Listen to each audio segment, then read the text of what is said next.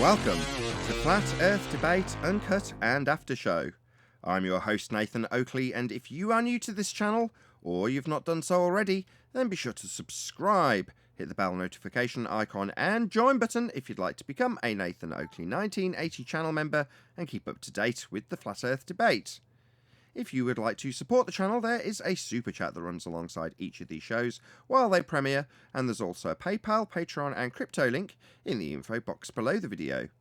Also below this video, you can get £50 for swapping your UK electricity supplier to Octopus Energy, and this is of particular note if you drive an electric vehicle.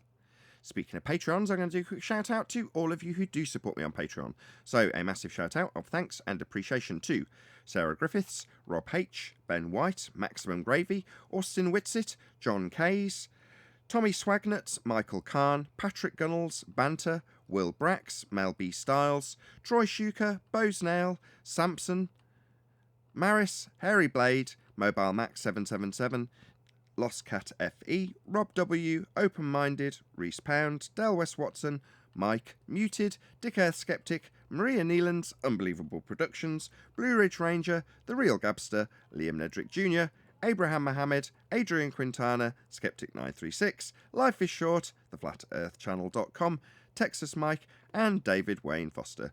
So another massive thank you to all of you for supporting me on Patreon. Now I will hand over to whoever is in Discord and Google so you can enjoy their dulcet tones while I set up for today's live show. Oh, hey, Tent. Hey, Tent. Hey, good morning. We were just talking about Mitchell's streams, and I was just binge watching them this morning, and I am very, very, very entertained. I can't wait till you guys get on stream together. It's going to be today. Oh, that's today. Great. I'll be there.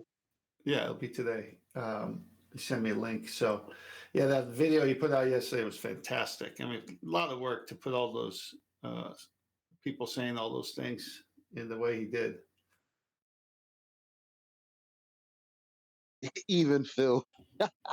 When Phil says you have the geometric horizon, and then he says you don't have the geometric horizon, or at least is that I don't know if it was that video or if it was another video, but I heard him say that there is a geometric horizon that you look at.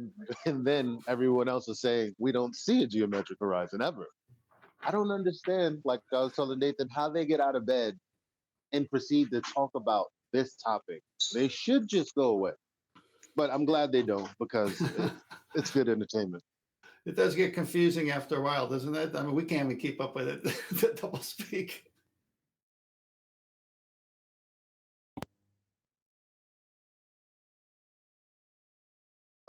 So there's this cool montage of all of the documents that say that the Earth is like that things work over a non-rotating flat Earth, and everybody's just like, "Oh, you just read the headline," and the problem with that is the word assumption, because you can't when you use the word assumption, it's not a fact. And I said, "Oh, really?"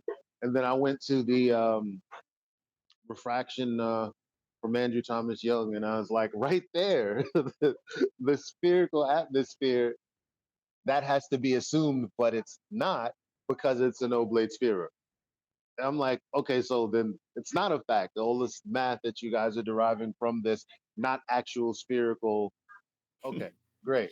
Then I brought up the horizon that Washington.edu, and it was like, it assumes a sphere with the radius of 3,959 miles. I'm like, oh, so assumptions aren't facts then, eh? Of course, I didn't get any responses. So, Oh, gosh. It's Go on, sorry.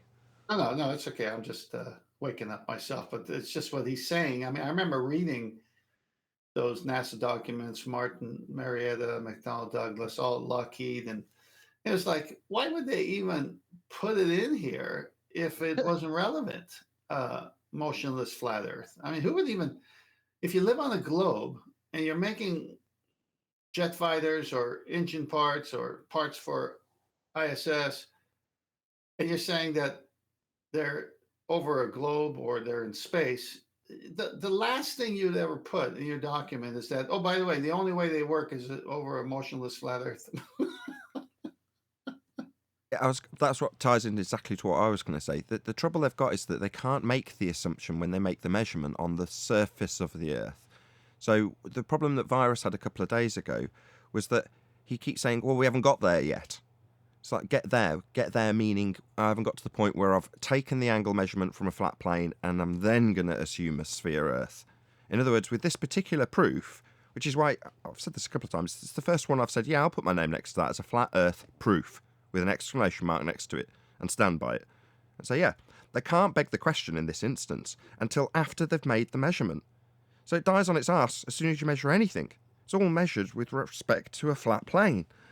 So when they're like, well, no, it's not curving away from me yet, because I can't get the angle measurement if it's curving away from me at this stage, I've got to get the measurement and then move that measurement to the centre of the Earth. But I've got to get the measurement first from a flat plane. So in other words, this is like the antithesis of the black swan. We're starting with their begging the question in the black swan argument. In this instance, there isn't a globe argument to defeat in the first instance where they beg the question, because they can't just say, if the Earth's a sphere, then I'll take a flat plane measurement and then move it to the sphere centre. It doesn't start with the begging the question fallacy. It starts with a flat Earth measurement. Yeah, well said. And again, who was it that put the 90-degree box in all of those pictures? It wasn't us, it was them. So why are they putting a 90-degree box on a curved surface? They can't. You know, the way that some idiots described it in some book that they've written with the understanding that they're on a sphere, they're not even worried about whether or not it works. They're just worried about whether or not it works in reality. So when they draw a picture of it with a wonky 90 on a sphere, they're not concerned that that doesn't work, because they're like most people going, I'm sure someone somewhere's worked that out. But meanwhile, I get 90 to the GP of the star. That's all they're worried about, because that's what they're actually physically doing. That's what they're doing with their instrument. That's what they're doing with their map. That's what they're doing with the star chart. They're getting 90 and they're triangulating. So who cares? It's like, does it matter that they've drawn a wonky diagram because they've got some delusion that they're on a sphere when they made the book? It's useful because a lot of those pictures are so stupid that we now use them as our pictures.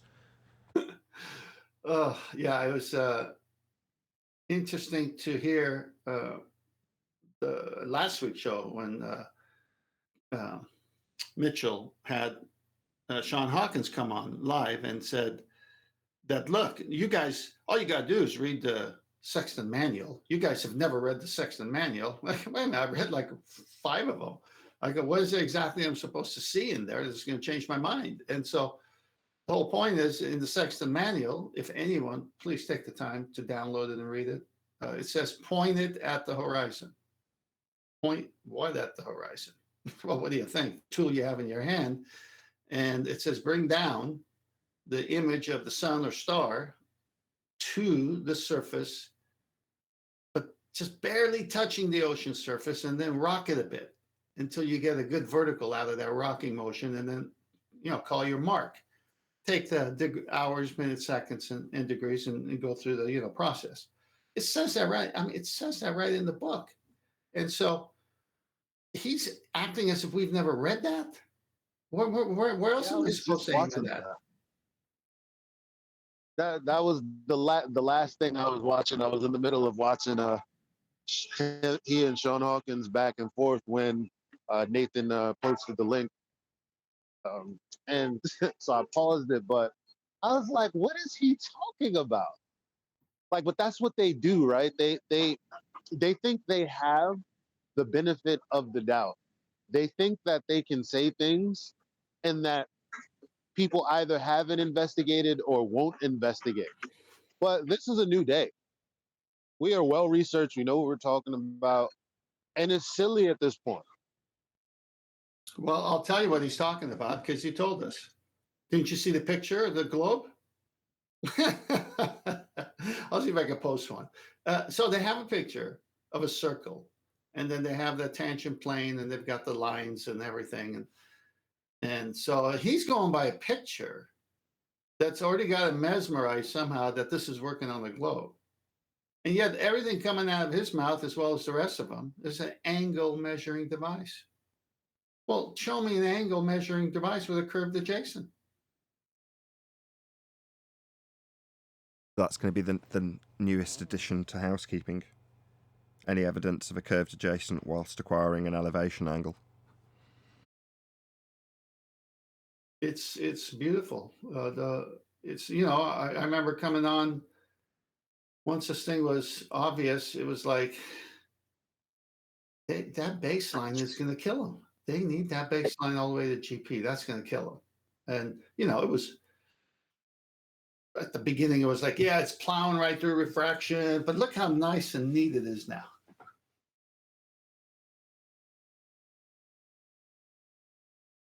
I'm glad this has got a housekeeping question associated with it now, because it needs one.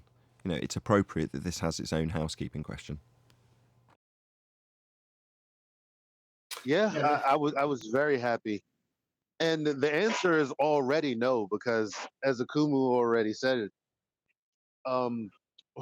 well, first it has to be done on the plane, and then you assume that it's a sphere, and you work out the math after that. So He never no, got it's that far. not. I didn't let him. Just to correct that detail, I told him that right at the end of the discussion. So what I was doing when everyone else is like, "Oh, can I ask him a few questions?" etc., etc. I was basically saying to him, at no point will you get to just brush past the angle measurement and not concede that to get the angle, you need a flat baseline. Now, when we say, any evidence of a curved adjacent whilst acquiring an elevation angle, your elevation angle is your flat baseline. And the only adjustment is how high above that flat plane that you're assuming in this instance to make it work with the triangle. That's all you're doing. You're adjusting your elevation with respect to that flat plane. Therefore, any evidence that you can have a curved adjacent. Well, what's the adjacent? Well, in a triangle, it's that flat bottom line of that triangle. That's the adjacent. In this instance, well, you can't have a curved adjacent give you an angle measure. So when you say it's dropping 1 degree, well, where are you getting your baseline? Well, when he says, well, the star, the reason he doesn't want to actually admit what he's going to do is because he never got to do it. He can only deny that the angle measurement, or just obfuscate away from saying it, is taken from the ground. Because when his explanation comes, it won't be from the ground, it'll be from the centre of the sphere. So I just didn't let him. How'd you get the angle measurement? Well, you just point at the star and then it's 1 degree lower. Yeah, 1 degree lower, how'd you get that bit? And that's where the argument's going to end for him, because he can't admit, well, my angle measurement's coming from the surface, that's how I'm taking the measurement. He'll say, oh, well, it's done with a sextant. But what's done with a sextant? You referencing how much it's dropped with respect to the baseline, which you're taking it from as you move away along the baseline from the star, and you watch it drop towards the baseline at 1 degree. Well, that's a flat line, an angle measurement. Now, as soon as they say that, that's it. That's the end of the argument. So to do this, to assert this, you're going to get a linear measurement for a start. When you say 1 degree every 69 miles, every time you make that measurement, you're measuring a linear transition. It's not a squared function. It's not a curve. And furthermore, you can't assert it as one because you took the measurement from a flat plane. So they're never going to get to assume, not here anyway, never again will they be talking about it. So coincidentally, over the weekend, Adam got in touch because Ruhif has begged the question that he's got a geometric horizon, ignoring the black swan and their rebuttal to it, so that he can derive R to then assert a new mathematics for a derivation value when you're using a dip angle correction. You're like, you're going to need a geometric horizon for that. Hello? It's been 2 years. Black swan, you're just going to draw a straight line to a horizon that's physical and geometric now because you need one. Yeah, you haven't got one. So number one, you'll need a geometric horizon. But further to that, your elevation angle is a flat plane. Now they know it, we know it. Doesn't matter about them now assuming a physical geometric spheric horizon. Where'd you get your elevation angle from? Oh, that would be a flat plane. So any differences in angle measurements are always going to be referencing a flat plane. That's because it's flat. That's how you actually measure stuff on the surface. What's that you say? You have to move it to the centre of a presupposed spherical Earth after your necessity for a flat plane? Yeah, we know. Yeah, that's because it's flat. Nathan, the apparent hammer wanted me to ask you on his behalf. What do you say to people who say the adjacent is the tangent of a circle? Well, they'll need R for that, won't they? Yeah, if they're insinuating a circle. or their sphere, if you prefer. A tangent? You mean the thing that I bent Craig over with when he started asserting his tangent planes? Yeah, you're going to need half of that, won't you? Tangent to what? The physical geometric sphere edge horizon that you're drawing a flat surface on. The tangent being the flat surface that you're actually going to be measuring the angle with. Yeah, you're going to need a geometric horizon for that, and you're going to need half of that. Now, this is speaking directly to what Ruhif's recently done. He's just assumed, oh, forget the black swan. I'll derive R like Al-Biruni did. Oh, really, Rufi?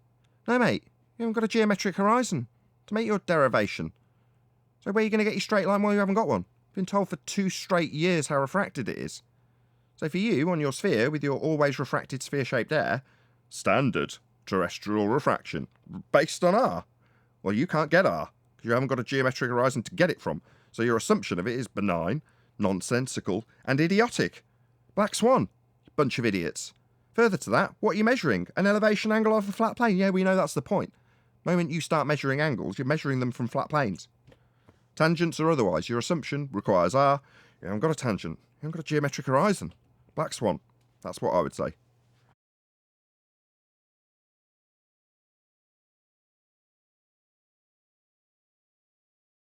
Nathan, They've got nothing. I've got some slides up in Master B if you want to go. Do you want to do them in the live show?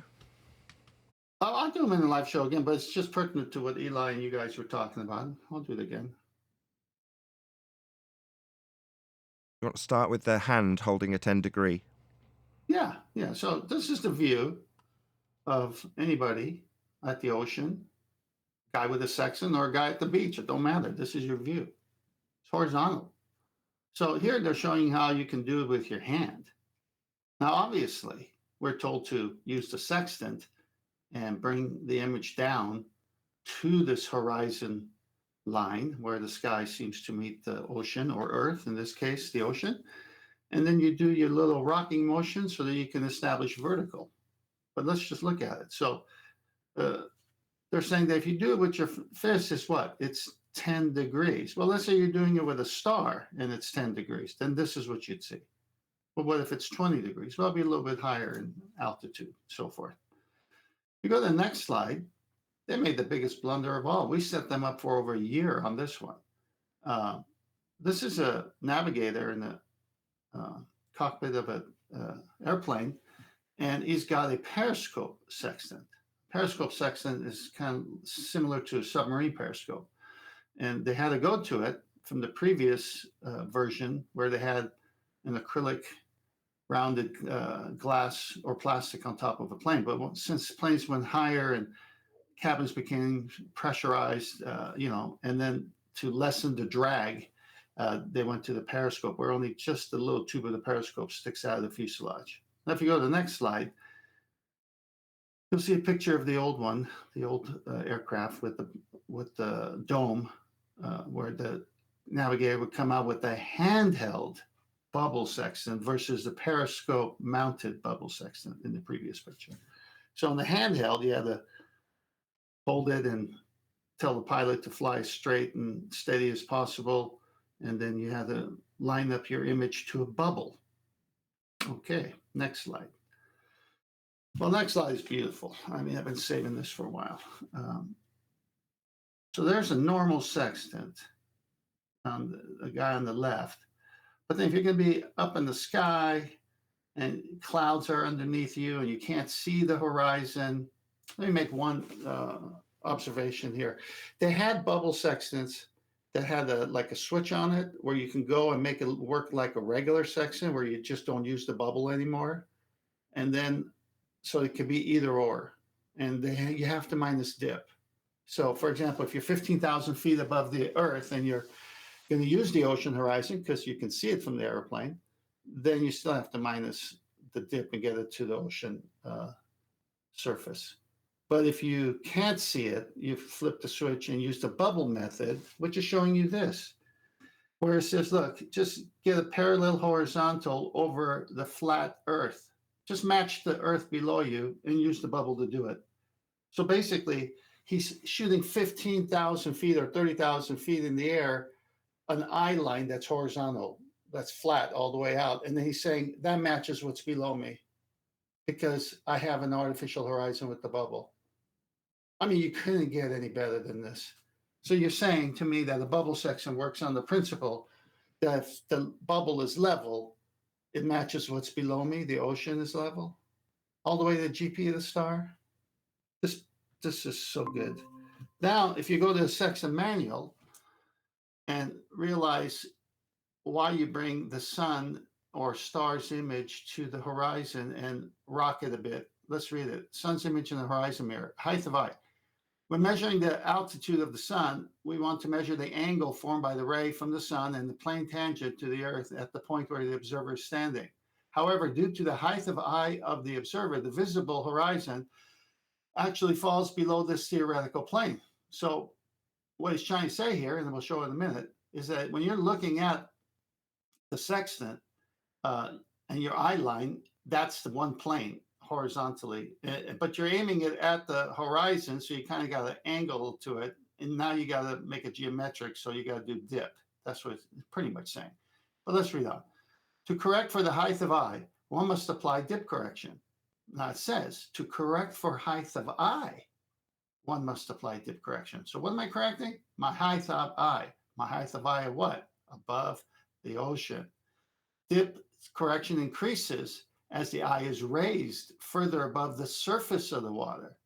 Okay, well, and must always be subtracted from the sextant reading. If you go back to Sean Hawkins, he says you got to add it. So the guy who's trying to school us and tell us we never read the sextant manual, live on Mitchell's show, says you add it. Well, here in the manual, it says it's always a subtraction. Height of eye. Go to the last slide, I believe. And you can see here, this is the picture Sean loves, that circle. And then it says, well, you know, if you're 5 feet, or that equals to 1.5 meters, you got 2 minutes of dip correction. Okay, and then it tells you if you're 15 feet, 40 feet, and so forth. But they put these pictures in there because this is the trick. Orthographic view, right? But you see, you never see it the way this picture shows it. If that guy is looking out with the sextant, he's not looking at the horizon, all you got to do is go to the first picture. If you go to the first picture, you don't see what you see in this drawing. The one with the hand, you don't see a drop. You never see that. All you see is your height above it, where you got to take it down so you get to the surface with it. They're fooled with pictures. I'm done. Very good. Yeah, it's always Muppet vision. It's always seeing the side of your own head. Assumptions of tangent planes. But the measurement's always going to be the same. The measurement itself is always going to be done with a flat baseline. They can't get to this stage. You know, the diagram's farcical because the angle measurement is done off a flat surface with an elevation considered only. And then dip corrections applied. That's it. It's not dip for a sphere horizon. If I may get the audience to just think for a minute, quick as death for them. Why? Here's a question. Why do you minus dip when you're holding a marine sextant on the top of a sailboat or a battleship to get it to the ocean surface? Why is dip correction necessary with the natural horizon, but unnecessary, not needed, with an artificial horizon, which is, you can buy it or you can get a pan, put in mercury or molasses and get a reflection of the sun on it, or a bubble sextant? Why, with a bubble sextant and an artificial horizon, do you not take dip? And why must you with a marine sextant when you're 15 feet above the ocean surface?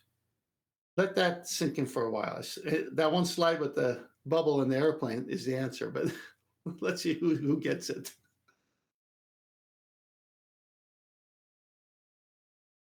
Pop that back up. Anybody?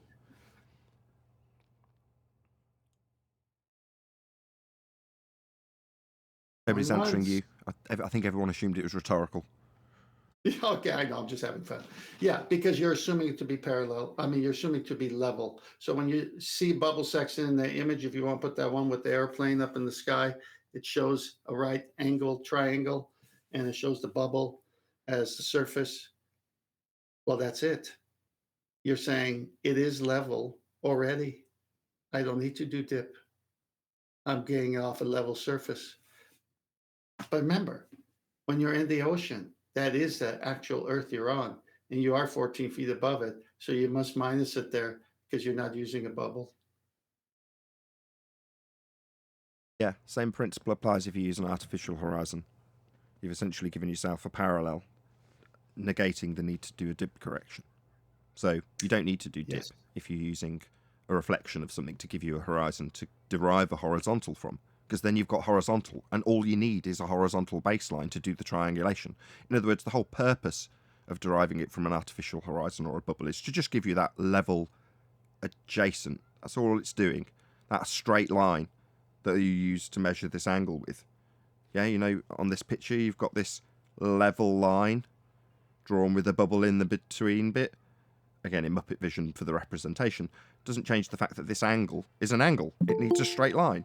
So they're never going to get to a sphere assumption when doing this. Any of these measurements, none of them are capable on a sphere.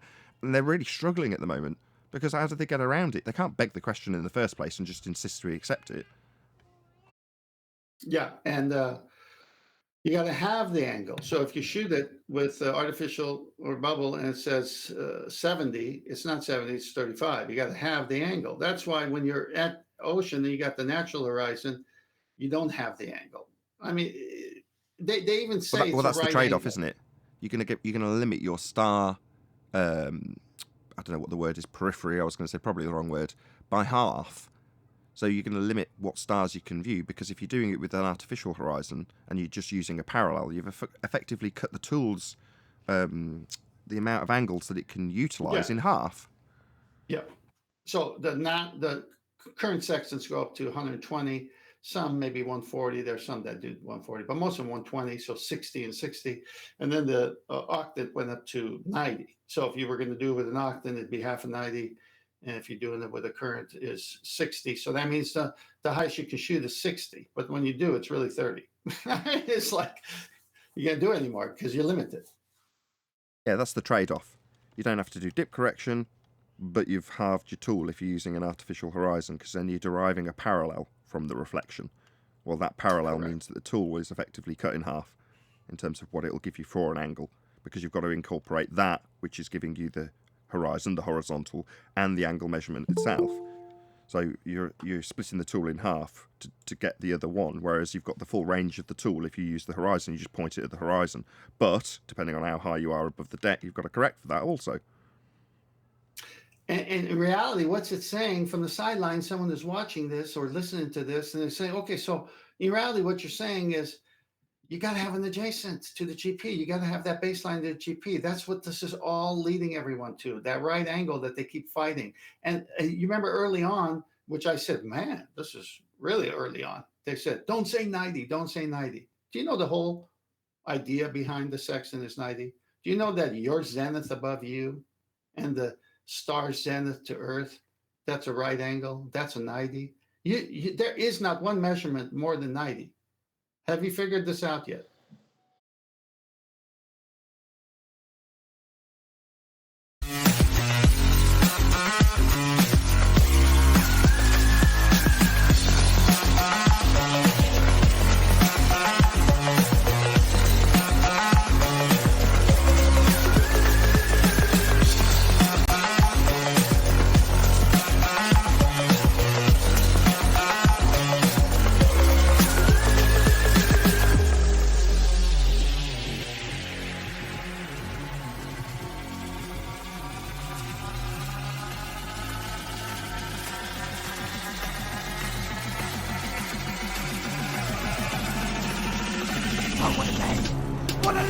Welcome to Flat Earth Debate Live.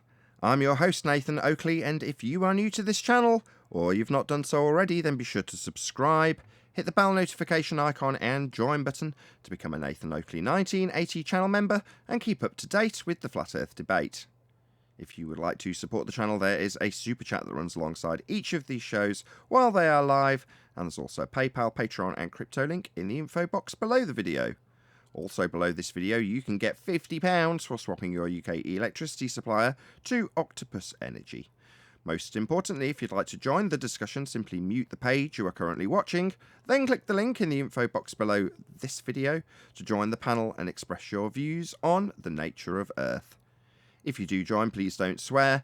If you do, you'll be ejected, and if you are, please don't try to rejoin the stream using sock accounts. You'll be warmly welcome back on the next stream. Please also share the show on social media. Sharing the show obviously increases the live audience, but this in turn increases the chances of a more diverse panel, so please share the show on Facebook and Twitter. Now, we are joined by Arwin, 10th Man, Eli, Neil, Righteous Force, and a whole bunch of people in Discord, so welcome one and all. Good morning, everyone. Hey, good morning. Happy Monday. Hey, good afternoon. Roll Tide, roll. Good afternoon. Welcome, one and all. It's a monumental day today because something rare, very rare, has occurred that will hopefully, if I remember, occur from now on, which is the addition of a new housekeeping question. So this doesn't occur very often, and I'm immediately being upstaged by Arwin, which, to be fair to him, is very funny. Do you want to read out what's on screen, Arwin? Just narrate these storyboards for the audience's benefit, so they can get the gag as you read it out. Right. Yeah, I presented this on my show this morning too, the early bird show. But yeah, it's a meme. I didn't come up with the meme, but I modified it to adapt it to flat Earth situation. So in the first picture, a representative is laying out the strategy. What are we going to do? Well, behold, our latest strategy against those pesky flat earthers. And then you see what he's presenting on the paper. The horizon isn't geometric. We don't expect to see Coriolis deviation. Anti-flat Earth arguments, right? So, are you sure that's going to help us prove the ball Earth? Ball Earth? What? Epic. I must admit, I chuckled when I saw that. Yeah, Very good. It's typifying your anti-flat earther, who's like, those flat earthers are pointing out that we don't have any drift in line with Coriolis effect. Let's tell them we wouldn't expect to see drift. And then someone comes along and says, how's that going to help you prove drift, given that the globe claims to have drift, 15 degrees an hour, Coriolis effect? What? Help, globe Earth? No, we want to defeat the flat earthers. We're anti-flat earthers. Said nobody ever, because they're delusional. Exactly. Okay, so now you've upstaged me. Thank you very much. So there's going to be a new housekeeping question, which, as I say, if memory permits, I'll be asking daily from now on. Now, the last one it's got to be over 2 years ago since we've had an addition to the housekeeping questions. So I should really, do a special thumbnail, as I do daily, for this show to commemorate the fact that we've got a housekeeping question that is directly related to the age of the sextant. And it's in regards to the baseline that must be used in all instances to acquire the angle that you will measure. For example, if you're going to claim that there's a 1 degree drop in angle for every 69 miles, that measurement is done on a flat surface. So prior to them assuming that it's coming from the centre of a presupposed spherical Earth and they're turning that sphere Earth through 1 degree to give you the same derivation, you've actually got to measure it at some stage to assert it. And the stars are used and are measured and navigated with. And when you make that measurement, you're doing it with a flat baseline. Now, when you do it, you're going to do it with your elevation angle. In other words, you're going to establish how high you are above the flat baseline. That's all you're doing. So that you can do triangulation with a triangle that's got a flat, straight, bottom edge, the adjacent. So from now on, we'll be asking, is there any evidence that you can have a curved adjacent whilst acquiring an elevation angle? That is to say, can the bottom of your triangle be bent? Obviously, the answer, like with most of the housekeeping questions, has been carefully formulated so that the answer was within the question. Any evidence of a curved adjacent whilst acquiring an elevation angle? Well, an elevation angle is your straight, flat baseline. So no, you can't use a curved adjacent when acquiring an elevation angle. You have a flat earth beneath your feet to navigate the earth you have beneath your feet. That's because the earth beneath your feet is flat. Now, this is an exceptionally good flat Earth proof because typically and I always peppered 99% of the claims from a globe will start with the assumption that they're on a globe. I'm going to stand corrected. That is wrong. This example is a beautiful flat Earth proof because they can't start with an assumption of a sphere. They have to, without exception, start with the assumption of a flat plane. So before you even argue about the sextant, to get an angle measurement at all, you need a flat plane. Now, they draw that flat plane in Muppet Vision as a tangent, but it's still a flat plane that their angle measurement's going to come from. Now, the fact that that angle measurement is taken from the surface and is derived from a flat baseline is a stone-cold flat Earth proof. So for once in this argument, you fundies and anti-flat earthers cannot beg the question to make an angle measurement. You have to use a straight flat baseline. It's a flat Earth proof. So, from this day forth, hopefully, if I remember, we will be asking any evidence that you can have a curved adjacent whilst acquiring an elevation angle. I'll ask the question now. Any evidence you can have a curved adjacent whilst acquiring an elevation angle? Absolutely not. Nope. Well, it can be geometrically not straight as long as it's optically flat, because sextant is an optical instrument. Incorrect. To do triangulation, you're taking it down to the pure geometry of triangles. So it's not about being optically straight when you're making corrections to consider how geometrically triangular you're going to be. You're trying to get as close to that as possible for accuracy. The closer you get this triangle to flat, the more accurate your navigation will be. Yes. Right, well, So that's it nothing to only do with has to be optics. And optically flat. that's everything to do with trying to get it as far away from the optics as you can with the corrections that you make. It'll still work without them, but ultimately the principle that you're employing is geometric, not optical. Yeah, but it starts with optical, right? Your measurement. That's what you just think Well, you've got about. to look at something to measure it. Yeah, if you're moving around and you're trying to find your way around and you're using the stars to do it, yeah, you've got to look at them, Arwin. But then you're employing a geometric principle to apply to the flat surface that you're actually navigating. Right. After you go through the optics, right? Because Yeah. optics distort, it But the- bends around the curve, all that. But those optics that you're taking into consideration have nothing to do with the end result when you're doing it in a geometric principle. That optics isn't... I think it was... I can't remember if it was Brian or Tenth that said, when you do this, when you make the dip correction, you're cutting through the refraction. Well, no, you're not. What you're doing is you're just assuming that you've got a straight flat line. And then when you correct it to the actual surface of the Earth, which is flat, that's all you need to do. You don't need to consider how bent that line is because you're employing a geometric principle and utilising how flat it is. So after the correction, you've just got the geometry of a triangle to concern yourself with. That's it. That's all you're doing. Now, I'll say it one more time. That principle is set in stone. That geometry of triangulation is set in stone. How it works, what it does, what it utilises. That would be a flat baseline, a flat Earth. Those are all set in stone.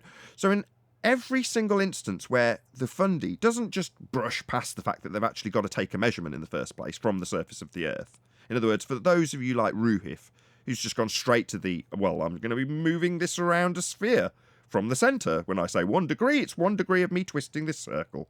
Yeah, no, you've got to actually get a measurement from the surface first, haven't you? And when you do it, it'll be a flat, level plane that you'll need in order to acquire that measurement.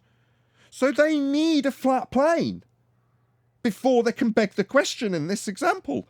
They've got to get it flat before they can even get an angle.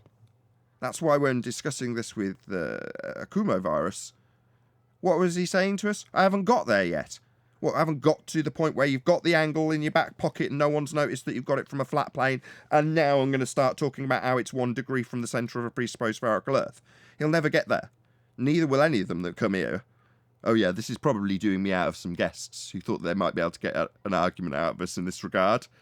Well, you won't, because the moment you start talking about an angle, I'll ask you how you got the angle. And the moment you tell me, how angles are acquired in this geometry with flat lines and not curved adjacents, you're affirming how flat the Earth is. You won't ever get to move on without us noticing that you've got the angle to make the claim in the first place from a flat plane. You're never going to get to move that to the centre of a sphere Earth. Unless you're on your own little videos, where no one's there going, hold on. Where'd you get the angle in the first place? Where'd you get R? If you're going to assume you've got a geometric centre of a sphere Earth, where are you getting a geometric tangent point from? Where's your geometric horizon we've debunked with the black swan? None of this makes any sense. Further to that, you've already got the measurement of the 1 degree difference. For instance, from Polaris. 69 miles, 1 degree difference. How'd you make that measurement without a flat baseline? Answer, you don't. Without a flat Earth, you can't measure this. So, be aware that they do the measurements. Go on. I still disagree, though. So I was just going to say, they do the measurements on a flat plane and then just imagine that it's curved. You can just think of it as curved because we know that the Earth's a ball. No. Right. In this instance, they have to make a very subtle, they hope, bait and switch. They take the angle measurement from a flat plane on the surface with a sextant that measures straight lines and angles, and only works with a flat surface beneath it. They then take that angle measurement and move it to the centre. So when they say, oh no, it is 1 degree for every 69 miles on a sphere, they then put the protractor at the centre rather than the surface, and twist the protractor through the centre of the sphere. So there you go, 1 degree. Yeah, but hold on, Nathan. That is really only because of the stars enveloping the Earth, right? Now, they are all infinite distances away, so they're going to remain pretty parallel. I think it's for the orientation. There's a compartmentalization going on because of terrestrial refraction, where you optically start out as a flat plane, but the stars in actuality are still enveloping the globe Earth. So it's like a calculation situation. It's compartmentalized because the Earth just isn't where it visually seems to be, and all you need is the flat plane for the angle. It doesn't have to actually be anything other than optically flat, and the whole center of the Earth thing is for the stars. Right? But It seems completely I get that, Arwen. nonsensical, Thank but you. it mechanically Okay. works. So, Arwen, thank you. Yes, you've got to make the entire claim. Thank you. Yes, so optically you will assert that, as Ukumu virus does, that I've got an optical horizontal line to the horizon. It's just visually straight. I just see it as being straight. Yeah, Black Swan. We've had 23 months, nearly 2 years of being told how not straight it is. So when they just need a straight line because it's flat Earth measurements with angles, suddenly it's just straight because it's visually straight. Excuse me.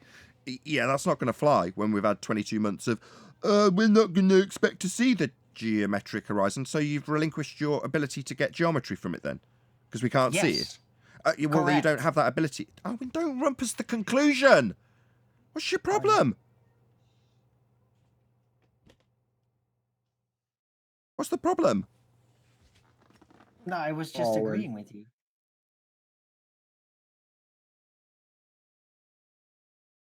Yeah, you can't assert that it's optically flat when you've spent 23 months telling us that you wouldn't expect to see geometric horizons. So if their assertion is, oh, well, Al-Biruni method, I'll just derive my R value by looking at a physical edge to the sphere and getting the geometry and R value from it. Well, no, you can't, can you? Because we wouldn't expect to see the geometric horizon, AB science. Nobody's expecting to see physical geometry. Planar walk. The geometric horizon only exists in the maths. The rumpus. Yeah, you can't get your geometry. You can't get a geometric horizon. You can't derive R. So you can't assume that it's optically flat for the time being because I'm going to bend it around the geometry I've relinquished and denied for 23 months. That doesn't fly. I'm done. I don't see that. I guess from a flat earther perspective, that makes perfect sense. But from a baller perspective, no, they actually just admitted, like, yeah, we made a boo-boo. We thought you could actually visually measure the horizon to establish curvature and all that. We were wrong. We're just not going to overtly admit to it. We're just going to say we never claimed it, which is kind of embarrassing. But mechanically, kind of embarrassing. No, it's yeah, not, you can. It's that not means embarrassing. you can. It's not embarrassing. It's the reality of being on a flat Earth. in a globe Earth, they've got a geometric horizon. The globe Earth assertion in the first instance is that they have a physical geometric limitation to their view to block boats and buildings. We have debunked their claim that they have a physical geometric sphere edge for a horizon with the black swan. Then we move on to, now we need to actually do some navigating with geometry and geometric principles. Flat geometric principles with triangles. Bearing in mind that you don't have any geometry to claim according to you it's refracted around a spherical Earth in standard format because of the sphere-shaped air you've got in your fundy belief. So you're not going to be asserting any more geometry, globeheads or anti-flat earthers, because you've spent 2 years relinquishing it. So what, you're just going to tell us, oh, we just see it straight? Well, Black Swan, why didn't you tell us that when you were telling us how refracted it was? Yeah, unfortunately, the globe Earth doesn't permit you to do a third get out, a third do-over, when you've both relinquished and claimed that the horizon's physically a sphere edge and not physically capable of being seen as a sphere edge. What are you going to do now? Say it's physically useful as a flat plane, so I can then assume a centre of a presupposed spherical Earth giving me a sphere edge I can't see? Yeah, it's all a bit nonsensical for you globers and anti-flat earthers at the moment, when the actual tool just measures an angle. Sextant just measures a flat plane. No need to actually assume anything other than you've got an angle to a star. That's it. What's all this nonsense about taking it into Muppet vision, moving it to the centre, and then having a parallel angle going out to infinitely distant stars? Nobody needs to do that. That's not necessary. When you're making an angle measurement, it would preclude you doing it if the surface was curved. That's why you all draw tangent planes on curved surfaces. Here's a flat, straight line on top of my sphere. Why is that there? Well, because this tool uses straight, flat lines and baselines that are flat and flat Earth, basically. But if I assume I've got a flat plate on top of my sphere Earth, and then I assume that the angle I measured on the surface is now actually an angle at the centre of Earth, then I can assume that the stars are infinitely distant, and this line matches up with the parallel that comes from the centre of the presupposed spherical Earth when I actually just measured it at the surface. You just measured it at the surface and then took an angle from it. There was no need to do any of that nonsense. Furthermore, to do any of that nonsense, you'd need an R value, and to get an R value, you'd need a geometric horizon, and your tangent plane in your explanation requires a geometric horizon that's been debunked with the black swan. I don't know how much more concise I can get, I don't know how much more weaseling and wriggling you anti-flat earthers can do, but the bottom line is you haven't got R, you haven't got a geometric horizon, and you need a flat plane to take an angle measurement of anything ever. Earth is obviously, observably, measurably, and navigatably flat. Okay.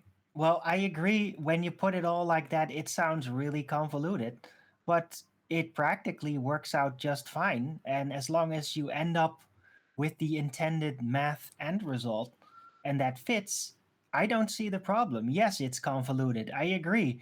But that's just the sign of the times, you know? The ball's got to keep developing. So I don't see the problem really as Baldwin. There isn't a problem. There's only a problem if you're asserting that you're on a sphere, which would give you a curved adjacent. So once you've got a curved adjacent, you then have to start assuming tangent planes. Well, to get a tangent plane, you need a geometric horizon. To get a geometric horizon, you need to assume Earth's got a radius. To derive the radius, you need the geometric horizon. That's paradoxical. So that's not going to work. So what are you going to use? Why do I need a... I'm sorry, I've I already didn't mean to explained this interrupt. to you, and That's you okay. said it's not. Hold on, good I'll win enough. someone else. Go on, Why do I need a geometric horizon in order to draw a tangent plane What are you drawing a tangent to? to the vertical? Sorry, tangent to the vertical. So that's just straight and flat then from your position at your zenith. Right. So where are you getting the tangent from? So yeah, so that's nonsensical, non sequitur. I'm Where'd you measuring... Yeah. I heard your answer. You said you just draw a line compared to your vertical. Yeah, that's going to give you a flat, straight baseline, flat Earth. Shh. So you've asserted, why do I need a sphere for a tangent plane? Where'd you get your tangent? What's it drawing to? What's the tangent meeting? What is a tangent of a sphere? So, one more time, the tangent plane is drawn off the vertical. To what? Where in there... What's the tangent point? Third time. What's the tangent point? The tangent plane is the What's the flat tangent plane point? that is drawn from What's I heard you the first time. Do you dicks just have to chant? Do you think I'm deaf and while I'm explaining that I need you to tell me what the tangent point is? What's the line meeting on the sphere? Hello? It's not meeting the sphere. It meets What's a your tangent? optical... What's the tangent? What is a tangent? Define tangent. Hello? Define tangent. You're saying it doesn't need to meet the sphere. What are you talking about? Define tangent. It needs to... Don't tell me what it needs to do. Are you deaf? Are you deaf? Drink the Kool-Aid. What is a tangent? Define it for me.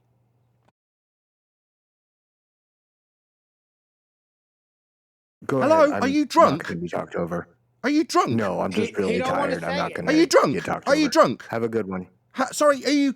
You fucking coward. You don't want to say it, Nathan. What is your malfunction, Drink the Kool-Aid? You've interrupted me with a discussion with Arwin. This is more irritating than that, so now I'm angry. What are you talking about? You just said tangent plane. Define tangent. Don't go on mute and back out of your interruption. Oi, coward! Hello?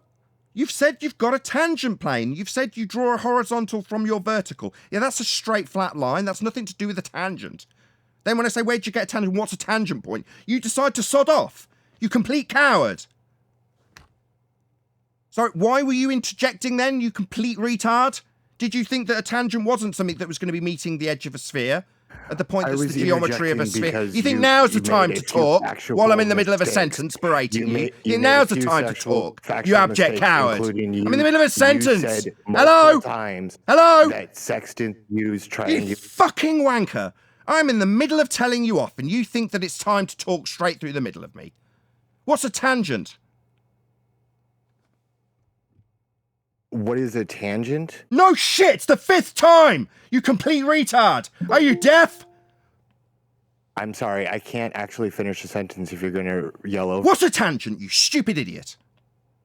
All right, you have a wonderful afternoon, Nick. So, you coward retard, I've asked you 5 times, you've talked through the middle of me berating you for your stupidity, you've interjected to say we've got a tangent plane, I've asked you to define what a tangent is, and you're not gonna, you're just gonna keep running 6 repetitions to this fundy crackhead. You stupid moron, are you on drugs? What's a tangent, you stupid idiot? Hey, anti-flat earthers listening to this, that's the point that you ran away. Because you should be in fear of me. Because when you claim you've got tangent planes and you don't need them to be meeting the edge of a sphere at the point that you formerly called the geometric sphere edge horizon known as Earth curve, you'll run like bitches. And you're absolutely damn right to fear me. And you're right to go on mute the moment the awkward question gets raised. And you're right to talk straight through the middle of me pointing out how wrong you were to assert we've got a physical geometric sphere edge for a horizon. That would be your tangent point on your globe Earth, anti-flat earthers. So you better damn well fear me and run when I ask you an awkward question about your awkward belief in a sphere. That guy represents all of you coward scum who are now under the thumb of us flat earthers. You need us. You feed from us. And all you feed is your fear of your crazy notion of a faith being ripped apart with simple questions like, what's a tangent? That's all he was asked 5 times, and then he needed to run. Oh, he wanted to interrupt me and ask me why I would need a tangent. Why do I need a curved adjacent? If I've got a curved earth that I'm asserting beneath my feet, why would I need that? What, like, why would you need Coriolis drift if you're claiming earth turns? Like, why would you need a geometric horizon when you're claiming it blocks things? That's sort of why would I need a curved adjacent. Yeah? You better fear me, anti-flat earthers. Ruhif, you are thick. Ruhif, I hope you're listening to this, because your recent video asserts that you've got the geometric horizon we debunked with the black swan, capable of deriving R like Al-Biruni did. Did you think we wouldn't notice, you complete idiot? Ruhif, yeah, you want to put one of your little comments below about how you're acquiring the geometry to derive R from a physical geometric sphere edge horizon when you've spent 23 months telling us how refracted it is? You want to explain that to my audience, maybe in a little response video, you abject coward, who'll never come here again, because he knows how salty my nuts are already, don't you, Ruhif? You pathetic idiot. Like that guy, total cowardice. You want to tell me you got tangent points to spheres, and then run when I ask you what a tangent is? Yeah, you got a tangent plane, have you? What's a tangent? Oh, it's time for me to go. Just like Ruhith would be legging it from this exact discussion when he brought up his sphere diagram with a straight line to a tangent point. All right, you got a tangent point now, have you, Rufy? That'd be a geometric horizon we debunked. Where have you been for the last 23 months? In a coma?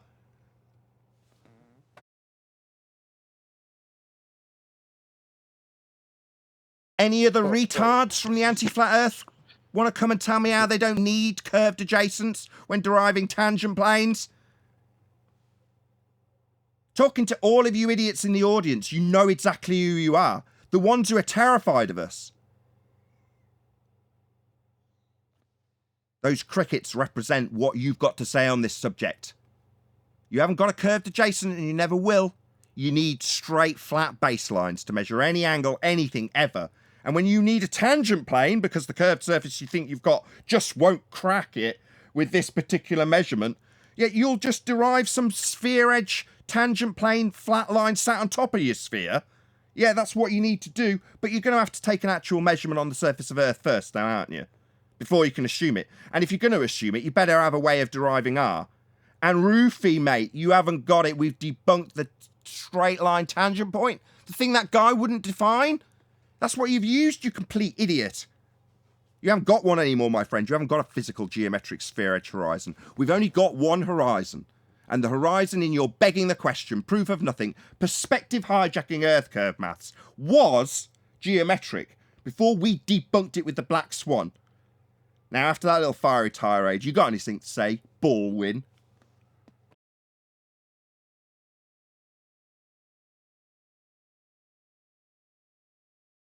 That's what I thought.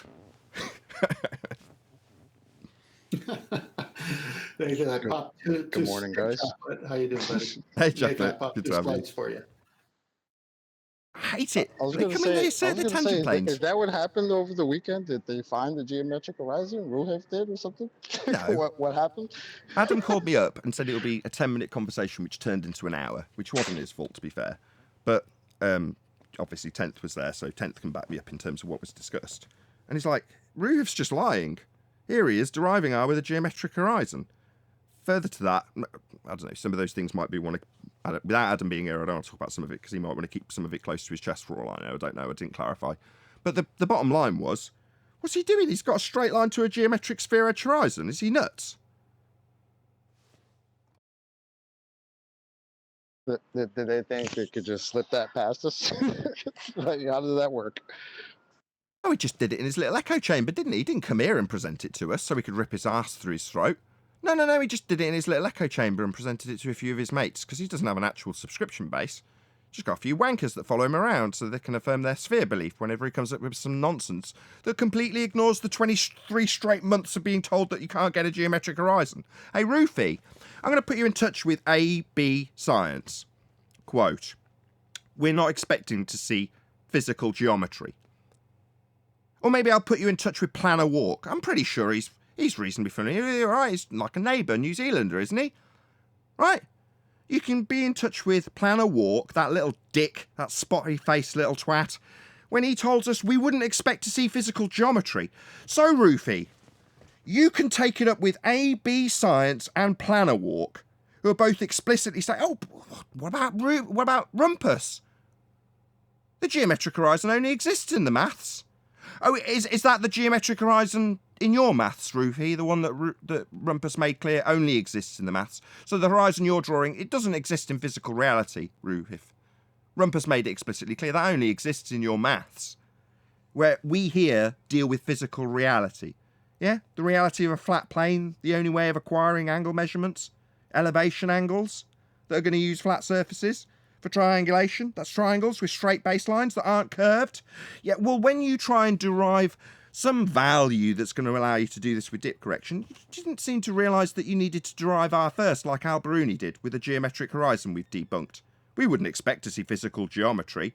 So, bearing that in mind, I think I'll put Planner Walk on your case, because I don't need to deal with you. Your own side needs to deal with you, don't they? The ones that are telling us how we don't see the geometry you're measuring on your Muppet Vision mathematics, Rufy?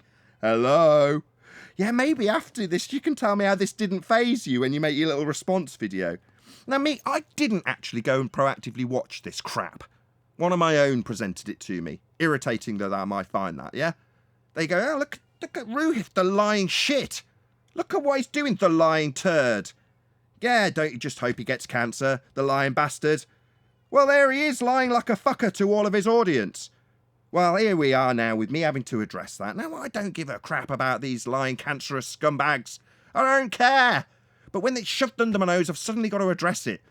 And it's useful when someone comes in and they're asked how a tangent's derived. Or why we wouldn't need to. And then they don't want to define what a tangent is. And there's Rufy with his tangent. And his straight line to it. Oh my God, Rufy. Is it amnesia time? Is it because none of you were careful and you were too cowardice to come here and actually challenge us on the Black Swan that you can just forget about it? Now I need a straight line. I can forget about the Black Swan. Those 23 months like they didn't happen. Wasn't that in COVID times? Oh, well, we'll forget about those harsh times. We'll forget all about the Black Swan because now we need a straight line. So here it is in my diagram. Right, Rufy? You complete clown.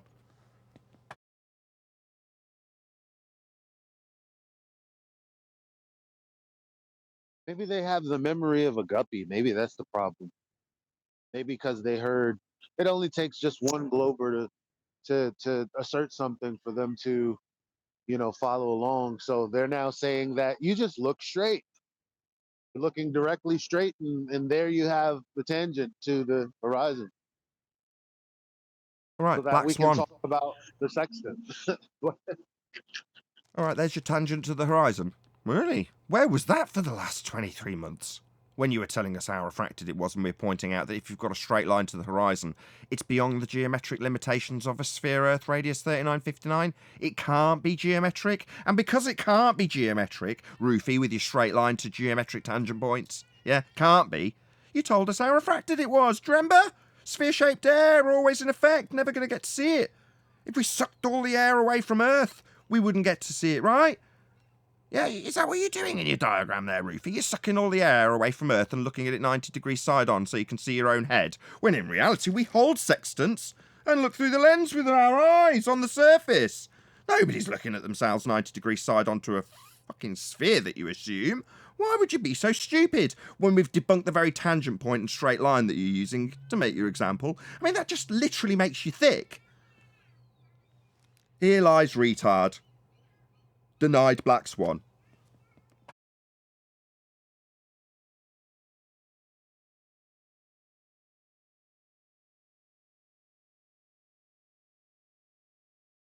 Well, that new housekeeping question sure started off with a bang. Yeah, got an immediate reaction, immediate fundy reaction from the Discord server. Just goes to show. I think he'll probably be the last, because who else is going to come and fight for a curved adjacent to a triangle? Remember, 5 years ago when you told us that we all denied geometry and didn't understand it? What are you going to do now when you need a curved adjacent? They're not gonna. They're not to be right. That's not the reason they're here. They're here to FUD. That's fear, uncertainty, and doubt. They're here to do that. And then, the longer they talk about it, the more they can just pretend that the details don't matter. If they can make the assertion strong enough, that's good enough to slow down the momentum of the flat earth. No, it's inevitable. You're going down. If they can tell us strong enough that they've got a straight line to a physical geometric sphere edge, like the original claim we debunked with the Black Swan, then it'll all be okay. No. It won't. It really, really won't. Hey, for chocolate's sake, you want to do that question again? Yeah. What's the new question? I didn't hear it in full. Any evidence you can have a curved adjacent whilst acquiring an elevation angle? That's great. That's hilarious too, because I watched the video of Mitchell with a bunch of these clowns saying how, elevation angle, angle taken from a horizontal flat plane. It's like, I almost feel bad for them if they weren't like cockroaches. I would feel bad for them, but I don't, because they're just clowns. And I don't mean like the Globers. I mean like the antique flat earthers. But it's just hilarious how stupid they are. You mean if they weren't complete scum shitbags, you'd feel sorry for them? If they weren't total scum of the earth that go around calling us thick because we don't understand how to beg the question of a sphere Earth and adhere to the Western world religion, the one world religion they've all been duped by? We're stupid idiot science deniers. Until we point out they haven't got any science, and then science doesn't prove anything. Until we point out that the geometry of a triangle debunks their entire worldview, and then suddenly they're all a bit sketchy about what geometry they're going to be using. Oh, they'll just use the straight line tangent point that we debunked 2 years ago that they've told us how refracted it is. Yet they all seem to be in this slight haze of cognitive dissonance and pain. Yeah. And we're all laughing at you. Because I assure you that You got us got knowing Rumpus that in the triangulation uses Discord. flat baselines, that's not going to cause us to lose any sleep. Sorry, who was that from Discord? Go ahead. Yeah, you got Rumpus in the Discord saying that Nathan doesn't understand the geometry of a section and doesn't realize that triangles are not involved. What a science denying tosser. Yeah, exactly. So he's a science denier who doesn't understand that triangulation doesn't involve triangles. Oh, really? Oh, yeah. You know who else said that? Mr. Sensible. What a complete clown. Yeah, it was really amusing watching you tell us all about how triangulation works after simultaneously telling us it's not anything to do with triangles. Yeah, that whole nutshell. Very amusing. I'm sure that cognitive dissonance, which is what that is, doesn't keep you guys awake at night. No, we're the ones deeply concerned about all of this stuff while you tell us that triangles aren't involved with triangulation.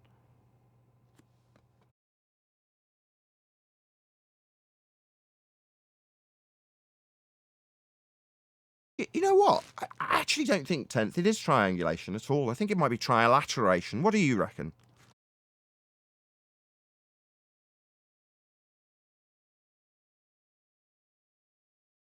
Tenth legged it. I think it's the Emancipation Proclamation. How about that? I'm sorry. I heard you, but I was on another screen. I had to come off mute here. Yeah, I don't think trilateration works. That was kind of for uh, electronics, where you have a radio wave, a microwave, and a receiver, and you need a fourth. And everything that I've read on the sextant is triangulation. That's what I was taking a picture of. I'll post it in a second. I'll be right back.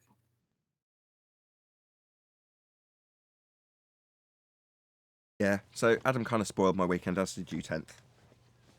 Because it's like, I don't know what it was time for you, but it was about 10 o'clock in the evening for me. I was just unwinding, getting comfortable. Me and my wife happily enjoying a movie. And then suddenly we get a phone call. Anthony was the same. He was in exactly the same boat. I'm like, how long will this take? 10 minutes. Okay. Check with my wife. 10 minutes, okay? I suppose.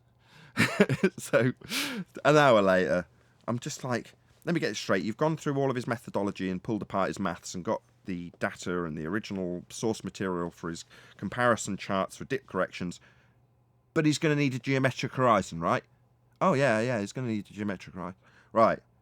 And before we credit where credit's due, right? Before we even got to any of what's just been discussed about Roofy, right? QE was there in the conversation.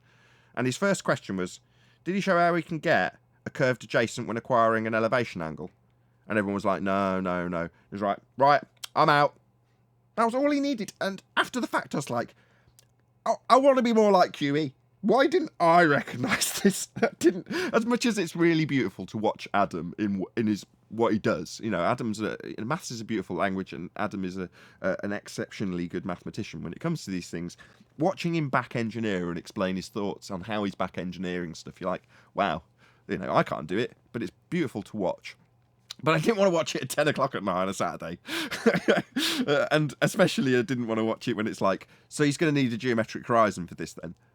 It's like that. Because I'm lazy, you know, as much as Adam's really thorough and wants to go through the maths. Once you've got beyond the point that you're going to need a flat earth to measure the angle and you can't show a curved adjacent, I don't really need to know any of this, do I? Or do I care where he got his dip angle corrections for and how he's cross-referenced them with an R that is derived from a geometric horizon?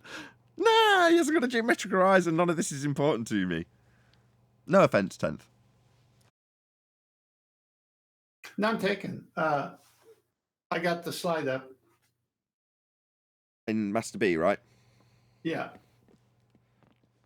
There were two others, but you never got to the two. Go to the navigation one. I've got a blue dot on a black Yeah, I circle. skipped those two. That was when you were talking about the tangent plane. I threw that up, but you never saw it. Go to the navigation one. These have come out wonk. These are like GIFs or something because they've come out really wonky. Yeah. I'm just going to the last slide that says navigation chapter 4 because that's the only one that's not come out. That has come out, sorry. Yeah. So is this 4 or 6? I think it's chapter 6. Oh, sorry, I misread so it. anyway. 6. All right. So Navigation by Harold Jacoby, Rutherford Professor of Astronomy in Columbia University, wrote a book. It's in the library archive. There's a much needed book. We got to keep this book. It's full of this and that. A lot of accolades. Let's read it. The Sextant. Right there where I underlined it. This height of sun or any star in the sky is called its altitude. And so the altitude is always an angle to be measured in degrees and minutes. The point directly overhead is the zenith. The angle between lines drawn to the horizon zenith is 90 degrees or a right angle. End of story. Yeah, it's just that easy. Deny the 90 all you like, lads and ladettes, on the anti-flat earth side. Yeah, you do need the 90, and that 90 necessitates a flat earth. It's that simple. What are you going to do when you try and make this angle measurement and you can't beg the question? Will you, like Virus, tell me that you haven't got there yet? You haven't got to that part yet. We're still making an angle measurement on a flat plane bit. We haven't got to the begging the question of a sphere bit yet. Yeah, you're going to have to measure an angle though, aren't you? And that's going to be done on a flat surface. And even if you try and get around it and say that you're measuring it on a flat tangent plane, you're still measuring on a flat plane. Your presupposition requires a geometric horizon and an R value that's been debunked, so that's not going to fly either. Notice that it's one of their own on their side saying that, and notice that any cursory research will show you the 90-degree box with the sextant and the triangle, and then we still got them saying, no, it's trilateration, it's not triangulation. I mean, you're watching this in real time, folks. They're lying to you. All you Patreons are wasting your money following these people. All you got to do is go look, do a little research to see just on this one topic how they're lying to you. So if their side puts a triangle and their side puts a 90-degree box from the GP to the observer, and your guy that you are sending money to says the opposite, I got a question. Why are you sending money to that guy? Patreons of anti-flat earthers. Yeah, I don't care. In terms of whether they make a living out of their YouTubing, it doesn't concern me. What concerns me is their lies that get put under my nose. Now, obviously, running a show, I encourage people proactively to come on and share it with me. But, yeah, I'm not going to moan anymore about the fact that it was shared with me over the weekend. I have started using that trick that Mitchell's introduced, though, and just started saying, when people email me, look at this and debunk it, flat earther. Just send them back. Do you want an invoice? $150 an hour for me to look at it. And they're like, why should I pay you? You're an expert. It's like, yeah, there's your answer. If you're claiming I'm an expert in your claim, in your email to me requesting I do something, well then, just pay me and I'll do it. No, I shouldn't have to pay you. You're supposed to be proving your worldview to me. Is the sentiment that I get back. No, I don't have to spend any of my personal time doing that. I have a show for that. Yeah, but you've got a mute button. Oh, right, that's fascinating. Yeah. Stop fundamentalist religious zealot chanting in the middle of me berating somebody who won't define what a tangent is after they've claimed that they can have one.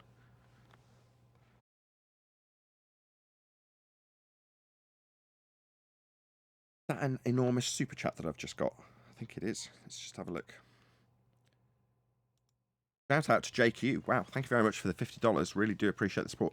Shout out to Bev and everyone at Next Level Discord server for hammering the anti-flat earthers with Bendy Zontal, indeedy, aka Curved Adjacent. Exactly, since 2019, we're all coming to the understanding that geometry and logic is intrinsically linked to the irrefutable. Absolutely, I completely agree with your sentiment, and I totally will echo your shout out to Bev, JQ. So yeah, this has been parroted at nausea by Bev since he's been on the scene. This is what Bev does. This is a Bev argument. Now, it's obviously been packaged by us as we're coming to this understanding, and we're doing it with the sextant specifically. Well, that isn't unique in the respect that the principle that's being the argument revolves around, excuse the pun, is a principle that is literally discussed daily on Bev's channel. And he's got an exceptionally good understanding of it, as do the people who join him. Some of them cross over with our panel here. Shout out to all of you. And they are dragging around the globe-believing idiots, that would be anti-flat earthers, by their short hairs on a daily basis on Bev Try Thinking's channel. So yeah, so check him out, Be Here or Be Sphere. It's very, very good stuff. Thank you very much indeed for the super chat. There was also a couple of others I'm sure I missed. Mike808, thank you very much for the super chat. It didn't actually have anything that was written on it. I don't know if there's another one that came in the interim that I didn't see. But thank you also to Mike808 for the super chat. Really appreciate the support. Yes, it was just Mike808.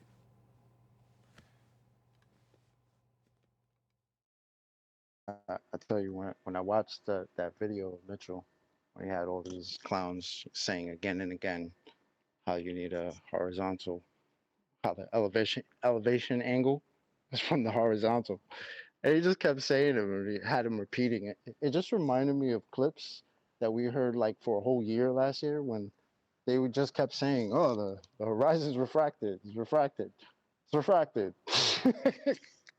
It just reminded me of that, like again and again and again. It's like they don't even know that what they're saying is the depth of their argument. It's too funny to me. I had a good old time watching that shit. Yeah, it's nuts, Hey, isn't chocolate. Hey, chocolate, it gets better than that. When they say, yeah, but you don't even need a horizon. They said, that's right. Tell us how that works. So they pull out a bubble. How do you get the angle again? Then? No, you get. I have a picture of Master B with an airplane at a level. So we don't even need the horizon. We can just do it with a bubble section. Okay, good. What's the bubble tell you? Telling you how flat it is. That's the irony. They bring the tool, the spirit level, to prove it's not horizontal. Are you kidding me? Yeah, but all they're doing with the spirit level is applying that to a flat baseline, so that proves it's a sphere, says the anti-flat earther when they're telling us how we use it as a horizontal. And it's the same idiots that have been telling us how refracted it is for the last 2 straight years. I mean, I don't watch these idiots, so I don't know if there's any further examples beyond Sean Hawkins. But certainly Sean Hawkins was one of the people that made video after video after video after video talking about how stupid we were because it's all refracted. He was one of the best ones. But there's got to be other examples because, like I say, when I'm talking to Ruhif indirectly and saying, take it up with Planet Walk, take it up with the Rumpus, and take it up with AB Science, because all 3 of them have told us how we can't get geometric horizons and we wouldn't expect to see them.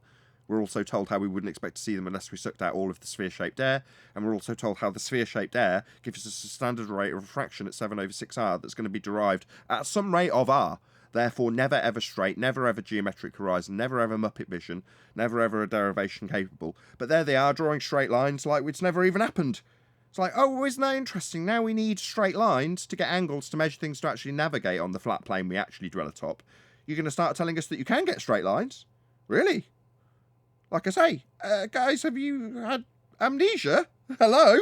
Are you really going to literally just try and pretend that you didn't spend 2 years telling us how non-straight it is and how it wouldn't be feasible or even reasonable to expect to get a straight line to the horizon? What do you think this is? Earth in space with the second law applied? God, Jesus, what are you? Hey, well, Bob the fallacy guy did it on your show when he came. He said, well, I don't even need a horizon. He did it then, too. He's another one.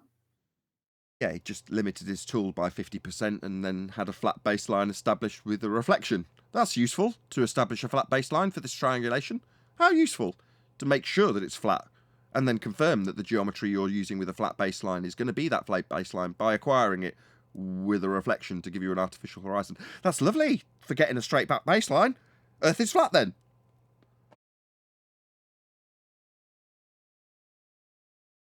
Yeah, they're never going to get past that. They're never going to get past the angle measurement.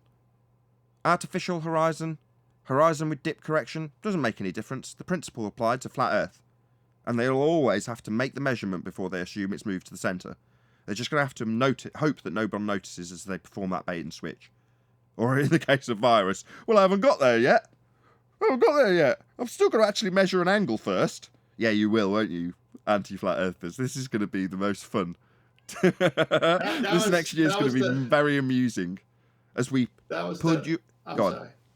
No, I was going to say that was the best part on your clip that you aired, was when he said, this is concerning virus, when you said, okay, what happens when you move away 1 nautical mile from there? What about from point A to point B? I think that's worth repeating. Well, is that straight, that part that you backed away from? What is that now? And you kept asking him. He kept avoiding it. Says it's curving away as he makes the measurement. Then he's got a curved adjacent. He knows damn well, he's been listening, he can't have a curved adjacent. He knows he's got to get an angle, and it's going to take 2 straight lines. So he knows that he's got to, at some point, get the measurement from a flat Earth. And then, without anybody noticing, talk about how that's 1 degree from the centre of a presupposed spherical Earth, somewhere you didn't take the measurement from, and just hope no one notices. Well, I just wouldn't let him. Every time it got to, where'd you get the angle? Where'd you get the measurement? Because every time the answer's going to be the same. It's from a flat Earth.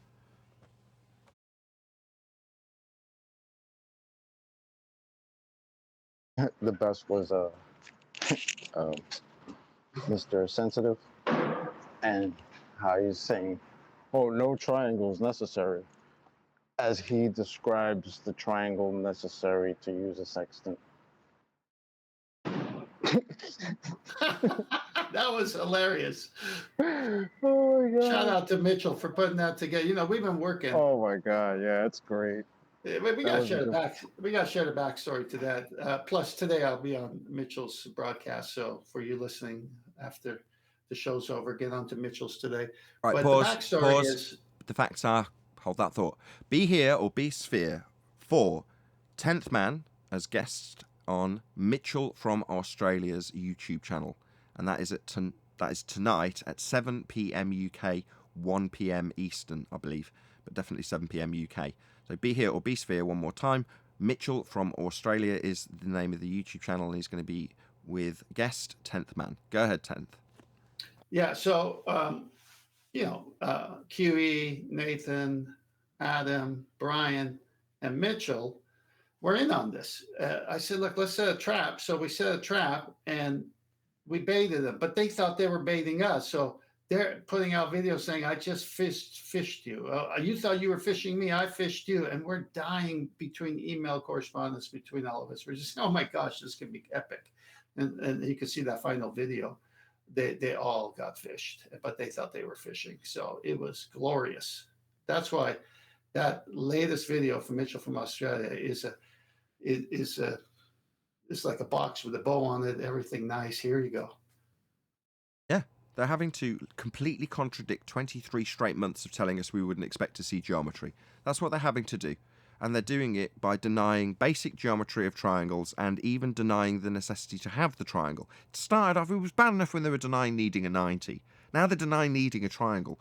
But ultimately, as soon as they move on to their explanation of how triangulation actually functions, well, it's definitely involving triangles. So in the course of 5 years, it's gone from me feeling like the minority, ridiculed and belittled part of the society that doesn't want me anymore. And it's turned into complete self-assurance and confidence in the reality that I face. The horrible position that was 5 years ago in terms of the recognition of the massive lie, the thing that most of our opponents are probably scared of facing, well, that's long gone. What we're now left with? Well, we're now left with what we were, that little tiny corner of the internet called Flat Earth. It's been replaced. It's been replaced by anti-Flat Earth. Well, they're in the same bloody shoes we were 5 years ago. Oh no, they might have lied to us on a massive scale. Oh, well, you don't need triangles. Here's the triangle you need. Just talking double-speak nonsense that's easily highlightable and laughable. So it's gone from we being told we don't understand science and geometry and having them laughing at us. 5 years later, we're saying the same thing to them. You don't understand science. You've got pseudoscience nonsense that doesn't adhere to the scientific method.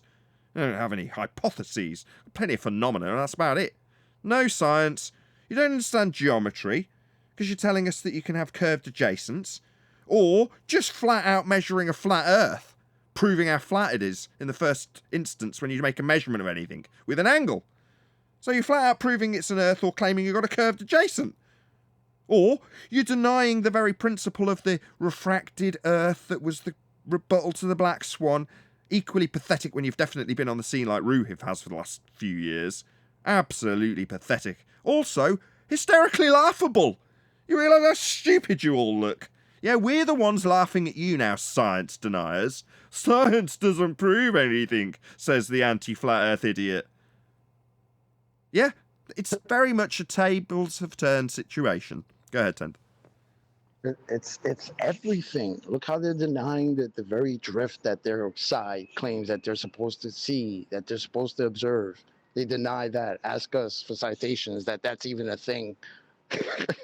They deny everything. It's insane. They've literally turned into, like you said, they're us. Nah, they weren't us back then, because they're even worse, because they're at a point where they have no evidence for anything. Yeah, but they're not on a vibe where they're suddenly on the path to acceptance and, coping with the fact that they have been lied to on a massive scale. And yeah, the world is full of shits that are deceiving you at every corner. And yeah, it might be necessary to give a little bit more consideration to some of the things that you encounter in your everyday life, rather than carte blanche acceptance. And upon someone challenging something that is pretty fundamental to your everyday life, that would be the nature of the world that you inhabit. When you realise that that is capable of being lied about, then you're going to pretty much open the floodgates to everything else. And they don't want that. They don't want to open the floodgates. They want to continue in normie society, not realising that they're already a mile away from it. Anti-flat earthers, that is. A sad story. Any Globers in Discord want to say something about any of that? Well, no, if they watched Mitchell's video, I think they're all running because their leadership's double spoke the whole time. Which quote am I supposed to believe when you have two positions on one subject? Bro, you don't need this triangle. Let me just describe this triangle that you don't need, that you need. With that, I'm going to say, if you are watching this on either Nathan Oakley 1980 or Nathan Oakley Premiering streams, then stay tuned, as there will be an after show to follow. Unfortunately, if you are watching this live, this is where we bid you farewell. So, a huge, massive, enormous thank you to all of you. Smash the super chat, liked, commented, shared, subscribed, hit the PayPal link, joined as a Nathan Oakley 1980 channel member, and all that good stuff. Once again, stay tuned if you're watching on either Premiering stream. I've been Nathan Oakley, and I will see you all in the next video.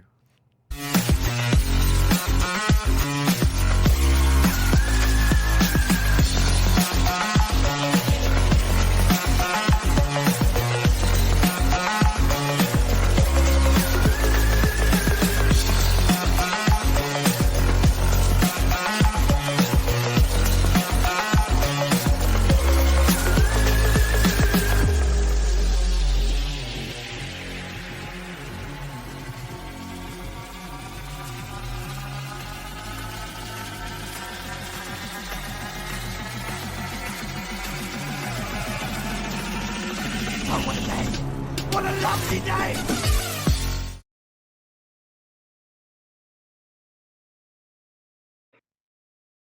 Yeah, must have, or parts of it did. He can't even tell us where he got his tangent from. Had 150 people watching that show. That's good. Awesome. Hey, Brian. When I came in, Nathan was already screaming. I was like, damn, we early in this shit. Hey, Nathan. Hey, everyone. Hey, thanks. Hello. Chocolate Neil. What up, Brian? You get a chance to see Mitchell's video, Brian. What did you think of it if you did? I watched it late last night. It's just excellent. It's just like, we don't need triangles while I'm showing you and describing a triangle. Did I not just say that? Yeah, I've been listening to say it, but I only listened to the past couple of minutes at the end of the live show. I missed the rest of it.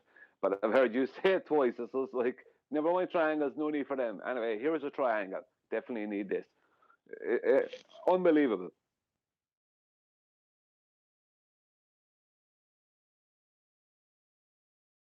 But they'll talk the way out of it or around it, or, I don't think they will. I don't think they will. I was saying this, you missed it in the beginning part of the live show, Brian, but this argument has no means of begging the question of a sphere Earth prior to the angle measurement. So no matter which way you dice it, they've got to utilise a flat plane first and then beg the question. It's beautiful. I just think it's the best flat Earth proof ever. Yeah, I'm not going to go into it now. I think there's one better, but it doesn't matter. It is absolutely awesome. And the thing about it is where they go wrong is when they take the initial angle, right? When there's the initial angle taken and they're describing this, they like to try and avoid a height of eye correction. They try and basically claim that's the angle, but you need a right angle for an elevation angle, and that's part of the whole reason why you do height of eye correction. Not just for it, also gives you more precision, but you need a right angle triangle for elevation angle, and they think that they can take the initial angle, which is not going to be a right angle triangle, and it's going to be a skewed angle. They think they can just work off of that, and then just take that angle and put it in the center of their globe, which is completely crazy. But this is what they try to do, in basic terms. Go on. Yes, that's right. Okay, but see, they made a fatal error when they went to the bubble section and the artificial horizon, because now you're not taking dip. So now this is kind of in a reverse way. Why are you not taking dip? Well, because we're assuming parallel, we're assuming horizontal, we're assuming a right angle, a 90-degree right angle with a bubble. Yeah. Oh, to put that another way. So let me get it straight, Mr. Anti-Flat Earther or Glober. You're using an artificial horizon. All right. And the principle that you're using is a flat Earth principle. So you've got it all flat first. That's why you don't need dip, because you've got it all nice and flat by using the artificial horizon. All right. I see. Oh, that's great. Proof of a flat Earth you've got there. That's it. And they all fell into that trap. That was the trap. And they all fell into it. Mitchell caught it all, documented it all. We wanted them to go to a horizon without dip correction. That was the trap, because we knew what it was. Oh, and I remember Sensible saying, "Oh, I bet you never even read about the bubble horizon or the artificial horizon." I'm sorry, all these different things that have to do with aerial navigation, where you don't do dip, and if you're landlocked like Lewis and Clark, and they pulled out the artificial horizon filled with mercury. Yeah, you don't think we saw that?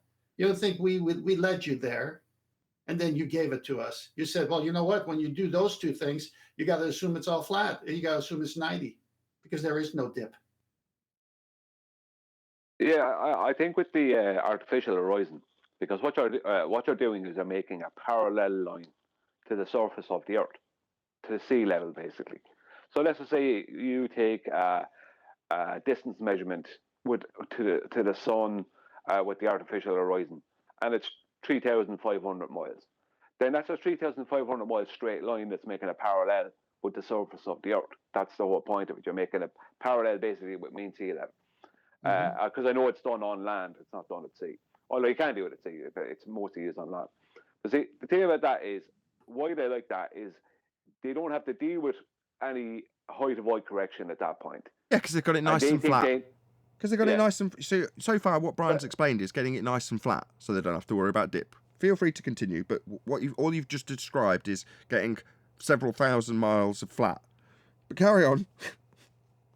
Yeah, but see, what they think they can do then is just take that completely flat, straight, horizontal line that's 3,500 miles long, and just lay it onto the surface of a sphere.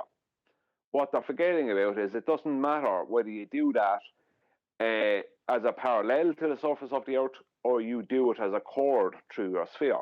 It's the same thing. It's not going to match up coordinates-wise.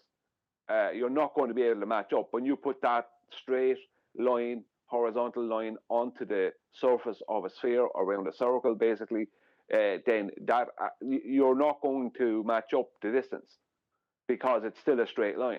Like the easiest way to get from A to B is in a straight line.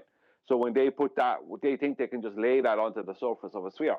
That's basically what they're trying to do. So they're trying to avoid the height of eye correction, dip correction argument. And all that's going on is they're basically making a chord that's above the sphere as opposed to through the sphere. But it's the same problem. The arc is still longer than the chord.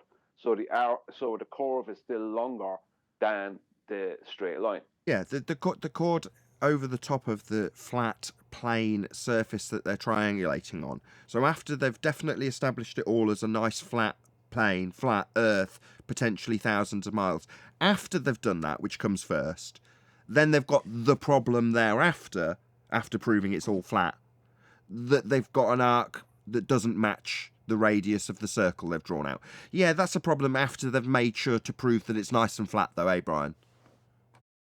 Exactly. It couldn't be more flat. I think the person who said this is on the air with us right now.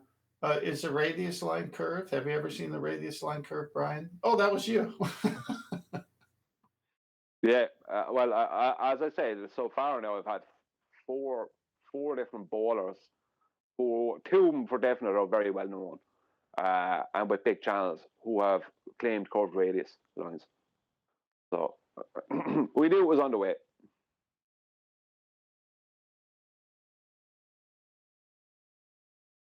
Yeah, total nonsense doublespeak that no normal person would ever align with. That's what we get from anti-flat earthers. Curved radii.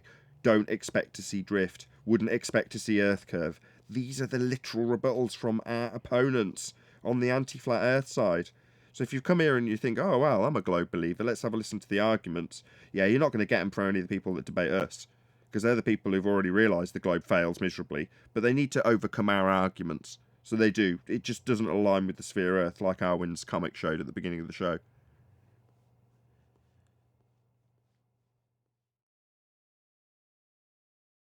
Yeah, they got.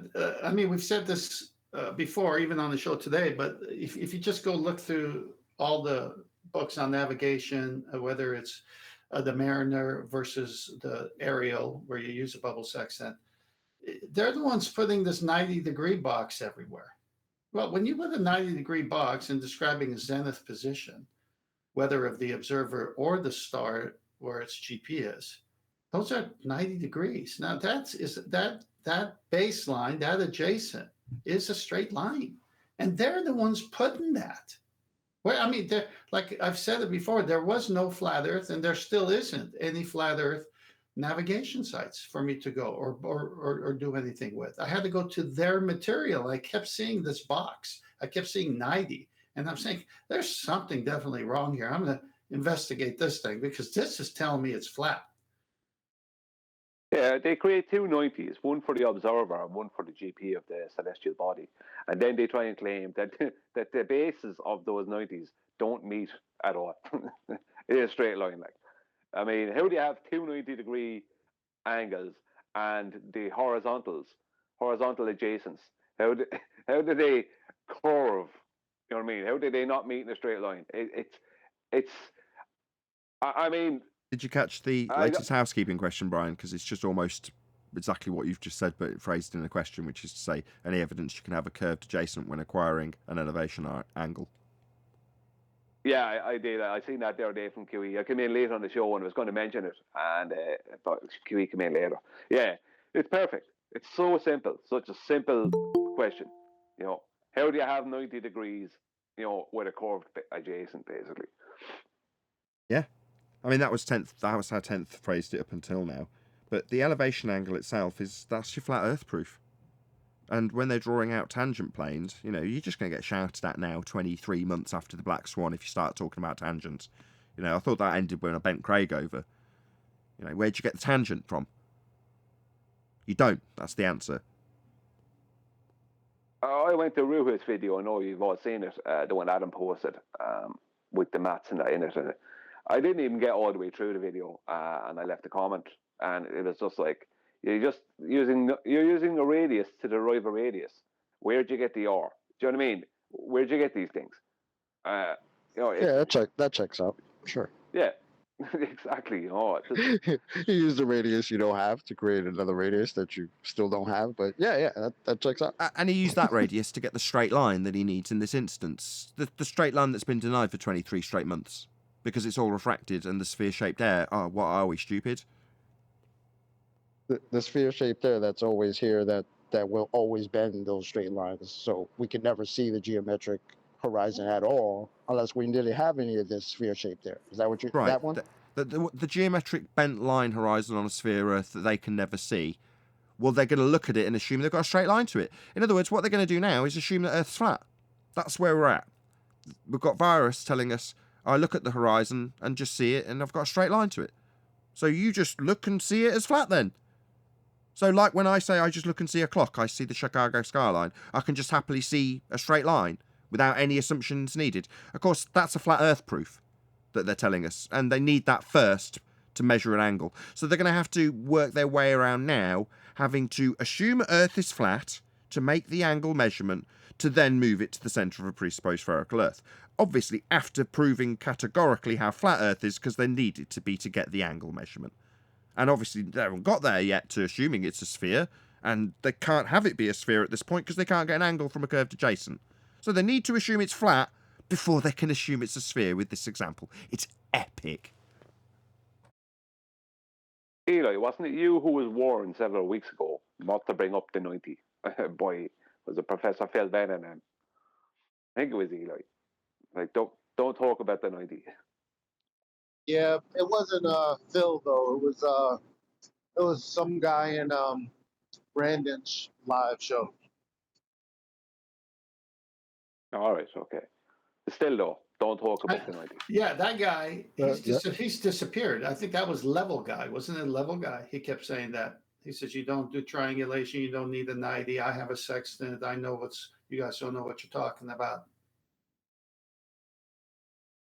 Yeah, there was a guy. He wasn't called Level Guy, but I predict he was probably the same guy. There was a guy on Brandon's who was claiming to to navigate using the sextant and claiming to be some kind of a sailor or something. But can we put this? That's the part that made me laugh. No, I'm sorry, Tom. That's the part that made me laugh the most with Mr. Sensitive, right? I don't mean to keep bringing him up, but he just made me laugh because I'm sitting here listening to it after numerous times that Mitchell played him saying, oh, no need for a triangle. And then begins to describe the triangle. And I'm like, okay, so he describes this line from the observer to the star. Okay. Then he starts with the flat horizon. Okay. So I'm thinking like the okie doke is going to come from. God damn it! Hold on one second.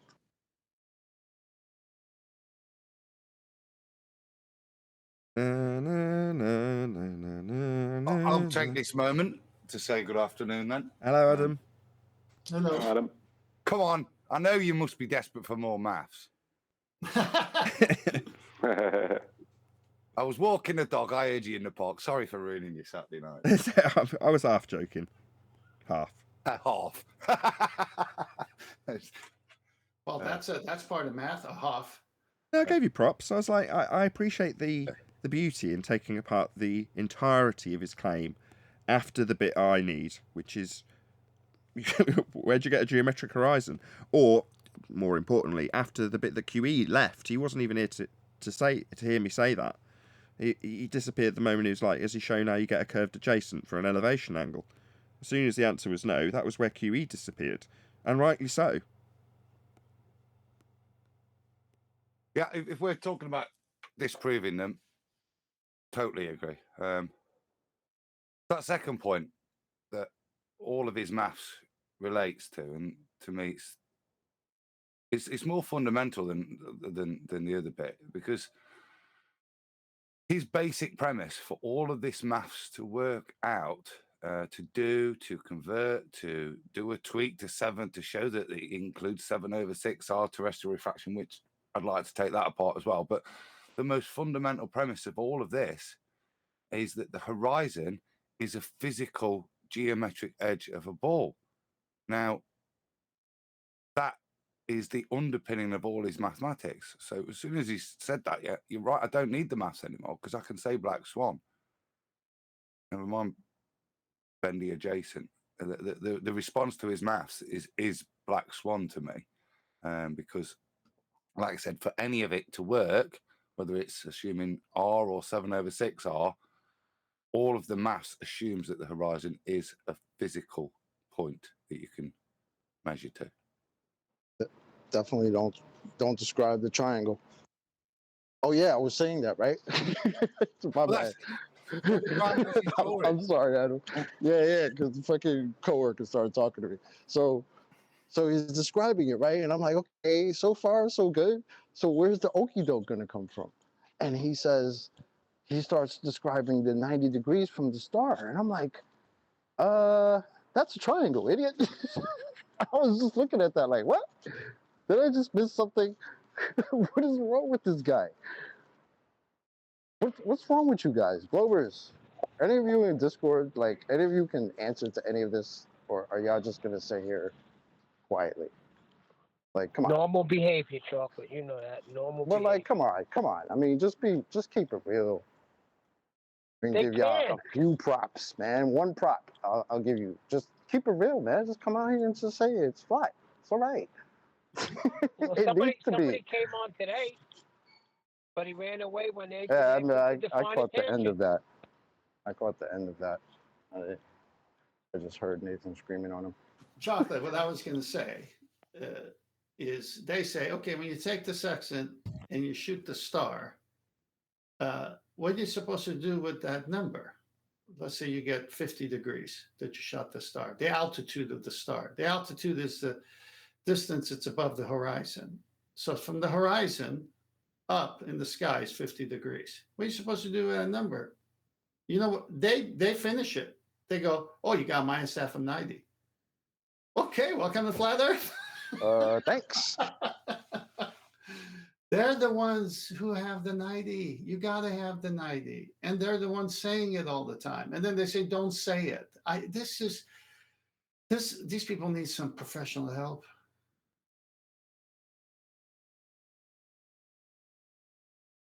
Yeah, but from the flat earth psychiatrists, yeah? Not the regular psychiatrists, because they're not going to help them. Is that Mr. Jin? Yeah, how you doing, Adam? Long time no Yeah. hear. Great to hear your voice.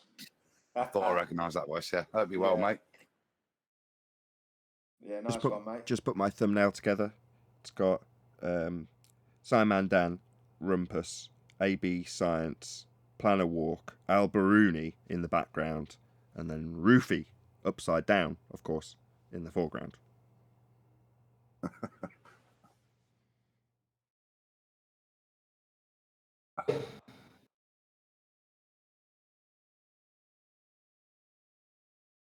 It's a lovely switch in positions. I'm enjoying it now as we sit here with science on our side, maths, and they just don't know. They have nothing. They're lost in a world. It's a bit like where I probably felt I was 5 years ago. Where do I do? What have I got to? I've got to go and find. But at least I had the truth, if you see what I mean, to guide me. I felt lost 5 years ago. God knows how these guys are now. It probably comes back to what I was saying about Arwin last week when he was playing Baldwin. What kind of state are they in? You talk about help. Yeah, they probably do. What makes you do what Roofy's done, right? Which is to take this stuff, and he's clearly a clever lad, but he's constructed in there such a set of lies to hold his shit together, and he's bent these numbers in a way to try and make out it relates to terrestrial 7/6R, which, yeah, it doesn't. But he's sitting there and he's twisting his comporting numbers to now sort of crowbar into his worldview, even though the maths are saying, nah, it's not right, mate. So they probably do need help because they're sitting there now, so lying themselves with maths. And so the trouble with the maths is you have to give it a function. Yeah, there has to be a function, so you know what you're doing when you do it. And it's quite apparent to me as I waste part of a Saturday afternoon going through Roofy stuff. How he is kidding him. He's trying to kid other people, but I think more importantly, he's only kidding himself. That's exactly it. That, you know, by putting it out there, it sort of makes them feel better about lying to themselves. But ultimately, that's exactly it. They're lying to themselves. If they think that, you know, conjuring the geometric horizon to derive R in 2021, 2022, when it's dead, you know, and you've told us how dead it is for the last 2 years. It's like, did you think no one would notice that? Really? What are you playing at? Seriously, just delusional.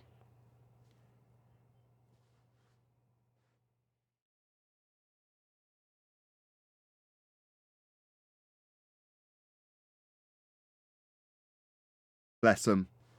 Oh, I was going to say, should we not Oh. Poor go to one? guys. I was just gonna say, poor guys. I had no So sad. sympathy there. Yeah, your Neither do pain. I.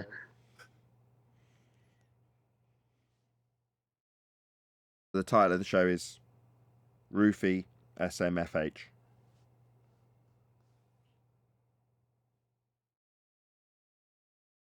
Adam. But why'd you Shaking scare my that guy flat off head. right away? Wait a Flathead. little bit. Been a little nicer to him. You scared him off. I don't know, Nathan, you might reconsider that. This was the debut of the new housekeeping question. You might want to do something on that line as well. Yeah, because I mean, I announced that verbally, and it obviously, you're right, it warrants the verbal announcement that it got.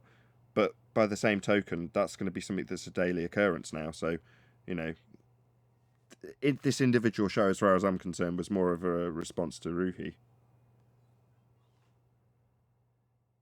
So, yeah. Well, yeah, there's more days coming. Adam? So exactly, we're going to hear that question a lot, and rightly so. Right, you're not happy you got a housekeeping question out of your research? What you want? no, it's not that. I'm just thinking it was the debut of it. So why not have the image on your show be resembling that? You may want to put it in the background in a quiet manner. Yeah, it's only the debut because I officially made it that way verbally on the show on a whim. You know what I mean? It wasn't scheduled for today or anything.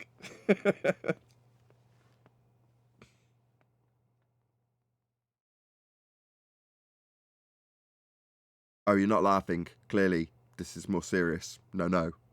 New Oh no, housekeeping I just question was in the on title, mute. please. I was just on mute because I was thinking other people wanted to speak. But yeah, that guy coming in and the way he left off, that was more on the new housekeeping question, not Roofie, right? The 10 finally gets his moment to become a bishop, so he don't have to fight in the trenches anymore. And you take his thumbnail away. No, it has nothing to do with 10th. Everyone owns the sextant argument. It's like a guy put in chat the other day, 10th is the king of the sextant. And I said, no, with this, we're all kings. Adam, you know Ruhif. Basically, what he's doing is he's trying to match Bowditch's maths and correction formulas to the geometric horizon. That would be correct, yes? He's trying to match it, yes, to a geometric horizon, but with, and this is what he tries to backwork and force the R value, which is not it's not what Bowditch has done or claimed, but what he tries to do is take the 0.97 variation factor for the formula that's used. You know, you use 0.97, 1.0, so all sorts of different numbers are used and cited over time. And if you go back over time, you see this number changes over time, all the time. We've got an 1800 and an 1808 book. That's what I sent you the other day, 10th. And look, the figures are different in there. That's what I sent you, those two figures. In 8 years, the numbers have changed and stuff. So, yeah, he's trying to do that. But I say fundamentally, in doing that, he makes the positive assertion that the horizon is the leading edge of a sphere. To apply the maths that he then does, has to have that statement that they've denied for the past 2 years, that it is the leading edge of a sphere. So that's why it's dead in the water. That's why Nathan should have watched his film. Yeah, so basically what he's doing is he needs the horizon to be geometric, and he's matching up his calculations to match Bowditch's calculations. But who cares what way Bowditch calculated it? Because if he pre-assumed the horizon was geometric within part of his mathematical calculations, right, as part of it, and then he used refraction and different things to justify what he's seeing in reality, then it means nothing. In reality, from 1.5 foot observation height, as we have seen only recently, you can see an horizon at 30 to 31 miles. So all the claims mathematically of a geometric horizon made by either Bowditch or Ruhiff or anyone else means absolutely diddly squat, because the horizon is an apparent location. It can be proven daily and is proven daily by ordinary everyday people who don't know it or taking photographs. Every day there's probably thousands of photographs taken that are literally a black swan photograph. There is no such thing as a black swan photograph because the horizon is an optical location. So a black swan photograph would be a geometric horizon, wouldn't it? You know what I mean? So that's the thing about it. So a black swan photograph really would be a geometric horizon, but that's never going to happen because the horizon is obviously an optical location. So it doesn't matter what mathematics Bowditch tried to mess around with or Ruhiff messes with. It means absolutely nothing. If the only geometric horizon you can show is within your mathematics, then that means nothing. He's tried to match this geometry to the tables, and in doing that, he has to pervert it and come out with a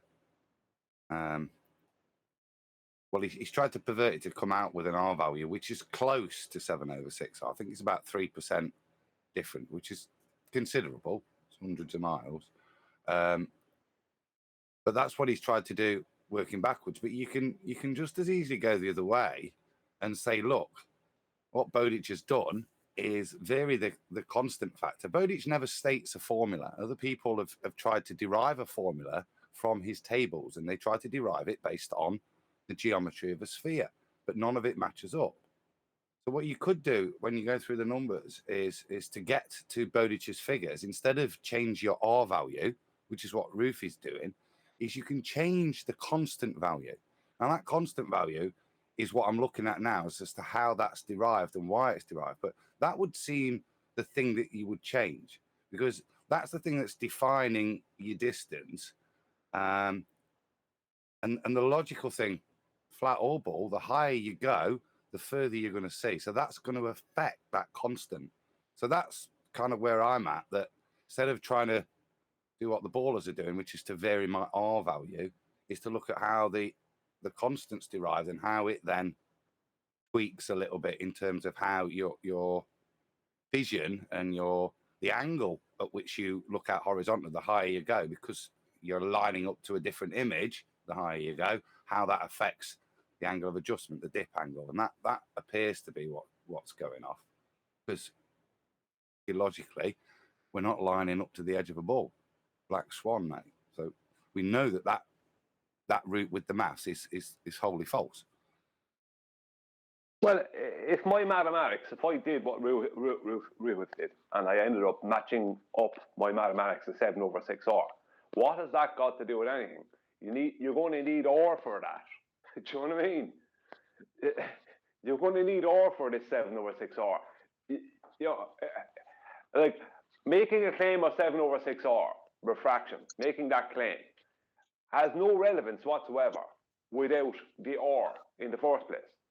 Like guess what? gas pressure existing gradient without a gas pressure. Go on, Eli. So yeah, I was talking to someone earlier, and I had to bring up the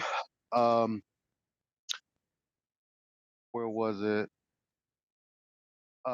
Calculation of astronomical refraction, but right here in paragraph 2 in the introduction, it says the atmosphere isn't really spherical, not only because the Earth is an oblate spheroid instead of a sphere. So all of the math derived from that is on the offset false, just based on what this is saying right here, because this is where they're pulling it from anyway.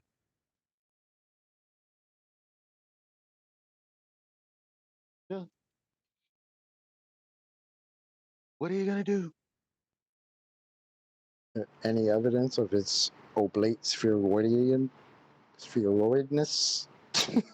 Well, who's prepared to make that claim, though, is what I'm saying. Like Like, you, where they at, bro? I don't I don't mean understand. to nitpick, but I mean you got to pick. Come on, you got to pick. You got to decide what it is. Are you doing math for a perfect sphere, or is it something else? Like what are we doing here?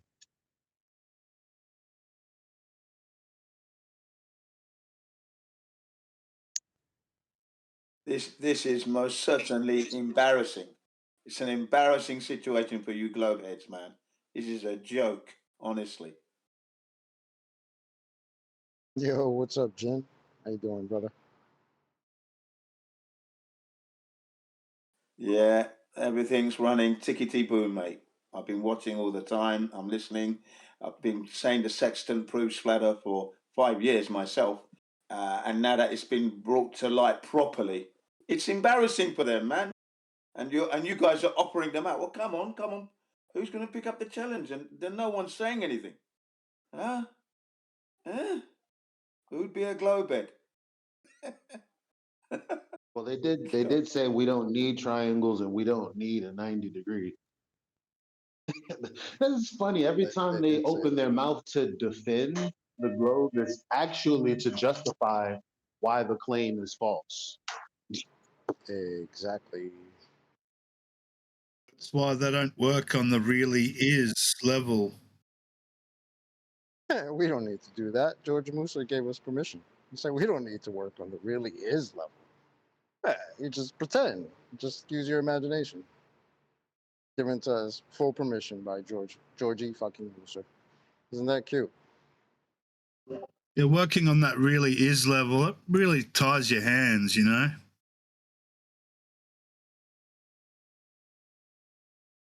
Indeed. Well, they don't want you to use your senses or your hands. All they want you to do is pour their science into you, and then you become one of their science drones. That's it. Neil deGrasse Tyson says it. The universe doesn't care about your senses. Doesn't give a damn.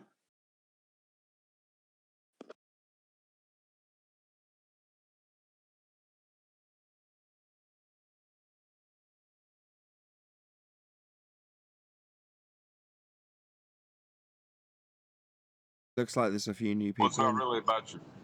Go on, John.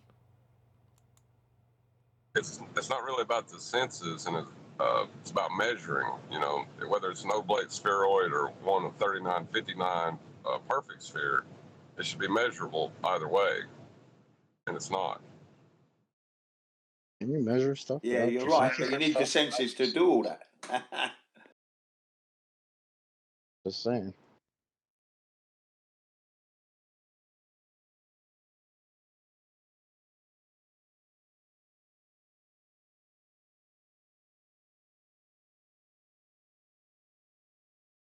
All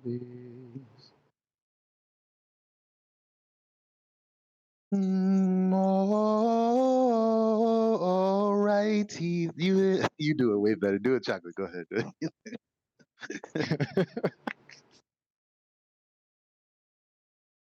I don't even think a Gregorian chant will bring him in anymore.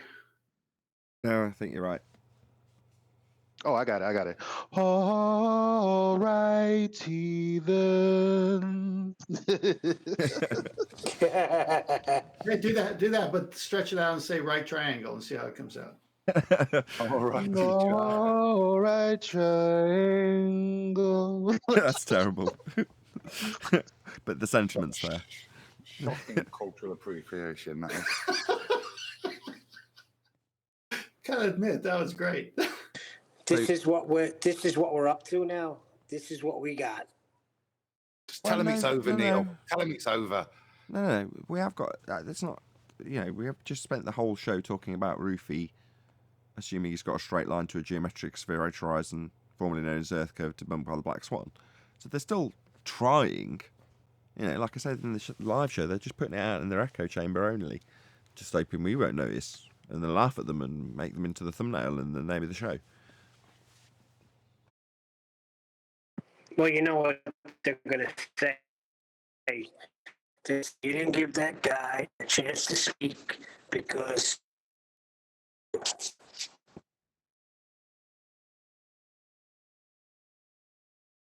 Absolutely epic point, Neil. You're a credit to the team. No one heard any of that, Neil. You just roboted out into nothing. Really? Can you hear me now? Yeah. Yes. Okay. That guy's just going to say that you cutting him off because he had you pinned against the wall and he was going to debunk you. Yeah, I tend to run away and pop myself on server mute when I'm being asked a specific question about my claim, and one of the very specific words I use within my claim, that would be tangent. When I'm in that position, I tend to think I've won too, and then not define the word I've used, pop myself on mute, run away, and tell everyone how I won. Yeah, that's very reasonable. If that's what he does, then, you know, feel free to exercise that delusion to the best of your ability. That's fine by me. But that is their MO. That's what they do. There is 3 questions that we've acquired over the past few months. And the 3 of them relate to the 3 most devastating arguments against the globe. Even though there's more than that, these 3 questions have come into use. Number 1, to do with the Black Swan. The question is, where did you get the ore from? Number 2, in relation to the sextant. The question is, how do you have a curved adjacent? And number 3, in relation to aircraft, how do you violate 0 degrees horizontal? So those 3 questions, there is no way out of it. You can't have a curved adjacent. You can't violate 0 degrees horizontal. And you can't have or use an R value that you've never measured. Yeah, you've got 2 flat Earth proofs and a globe debunking in those 3, and you can't get around any of them. Yeah. Epic. It is epic, because I think it was Adam expressing this sentiment on the live show. You know, they're in the anti-flat Earth studies are in the same position we were in 5 years ago. Where do I begin to justify my what is at this stage a belief? Well, if you can't find your way to the mathematics to justify it, or you can't find your way to the physical evidence to justify it, you're just going to have to go around expressing your faith. And nobody wants that. Most people who are, at least in some way like us in this regard, want to actually affirm what they're claiming. Now, the anti-flat earthers are doing that, but in the process they're not only debunking the globe in an attempt to debunk us, they're also having to fight their own cognitive dissonance when they start asserting, oh, we've got a straight line to the horizon, for example. What, the same one you've told us for 2 years that is refracted, that one. You know, that kind of nonsense is them on the quest to try and affirm their, you know, it's just confirmation bias for their original faith, but that's not the point. You know, they are actually doing something about it, laughable though it may be. And it's the same things we did, but when we did them, we found our way to truth, found our way to irrefutable evidence that shows how the world actually works, as opposed to found our way to cognitive dissonance and having to deny that a triangle's used in triangulation, and that best you've debunked radius. Things like that. I would say it's like the opposite, right? They started out with it all squared up, right? Ready for them to present to the world as it was presented to them, right? Us, we kind of sounded all over the place because we had the truth, we just didn't know how to put it together. Now that we've put it together and we have truth on our side, now that's why they sound the way they do, because they had it all sewn up. They thought they did, until now, when all their so-called truth has now been debunked. Now they're falling apart. This is why you're saying that they're us. I agree, but I kind of disagree. Like they're us, but a lot worse. we struggled, Chop, didn't we? Because we struggled to get through the lies, to find our way through those weeds of the lies. Exactly. Yeah, they're struggling now with the truth. They had their lies all outlined for us. Yeah, they had it all outlined for them already, right? Wow, that's good. Hold That's on. good, Adam. Say the last bit again. It got truth. rumpus, Adam. They're struggling with the truth. That's the reality. So when it's back to me referencing Conspiracy Cats with Haunted House. In the third person, he's detailing how much of a struggle it would be were he to contemplate the awful truth of Earth being flat. And that's exactly the sentiment. It's them struggling with the truth. Yeah, that was great the way Adam just said that. 3 lines straight a triangle has, yeah? And they're struggling with even that basic truth now to keep their worldview Don't worry together. about that. That was very Yoda. 3 triangles That's straight a triangle has. Struggle, you will. Destroyed your worldview will be. Yeah. But that's the reality. That's where we're at. That's the arguments they're bringing to us now as they try to maintain their worldview. That they have to deny basic truths. And in the past, we had those basic truths and we could see the mismatch, but we had to get through the lies. The lies that, such as when you're doing stuff on their things, there are curvy straight lines. Now, we had to work through all of those. And it just took us 5 years to be able to stand here and take whatever they throw at us with, which is superficially made to look more intelligent with numbers or reference. Yeah, it's took us 5 years to get there. But now we look at them and laugh at them as they try to tell us a triangle's got a bendy line. And I find it so peaceful over this side. So I slept in so well, slept too well last night. Yeah, but they're not. Look, they're spending their days making up mathematical combobulations to try and keep their worldview together in their own heads now. Justify it to themselves. Somebody got to go check on Zinda, though. I can testify to that. No, we don't. Every time I act like Baldwin, it makes me really restless. I'm really glad that I'm able to lay down that when I go to sleep, and I don't have to be puzzled about it. I do wonder what kind of cognitive issues they go through when they leave this area and they go to their, I don't know, like what's that guy? I forget his name. Nobody claims that the geometric horizon is the whatever. What's his name? Somebody Rumpus? knows. No. Phil Bell. Anyway, he claims that he actually builds rockets and blah blah blah blah blah. So I wonder when Dr. they're Phil looking Bell. over all these things. Okay, he works, but like what they in their day to day when they're coming across certain information, I wonder how they deal with that information because this got to affect them on some level. I just can't believe that it doesn't. It does. They're in pain.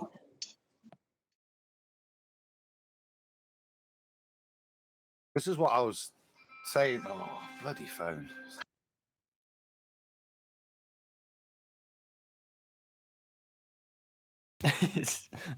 That was it. Well, I will tell you one thing, Nathan. I think you're right about something.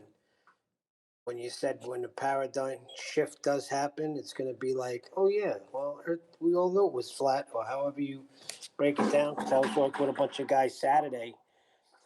I told them they could win Bitcoin if they could prove Earth is a sphere, and they said, but you can't prove that. I started breaking down flat Earth a little bit, and they were like, yeah, Earth is flat. Define proving, prove it's a ball. Well, you can mathematically prove it's a ball. I mean, it's not really proving, but you can think of it as proving, and that's good enough. No, but I'm just saying, 3 years ago, it would have got laughed at. Now it's sort of like an acceptance. Yeah, but that was always going to happen, though. Like, the ball is a religion. They've spent a lot of time and skill. They've invested a lot of that to get good at it. They're not just going to let it go because it turns out that it's all wrong. That was never going to be the case. They were always going to just keep continuing, finding a way to make it a ball. That is what it's built for. Bottom line, what's preventing them from getting 3 Bitcoins? Why aren't they here? What's preventing them from getting 3 Bitcoins, 200 grand, right here, right now? Prove we're on the That ball. bottom line you just said. You caught it. Bottom Even line. better, what like that, preventing? Right? I like it a lot. What prevented the judge from putting the judgment in the guy's favor who is trying to sue Zen Garcia for the money for proving curvature. What happened there?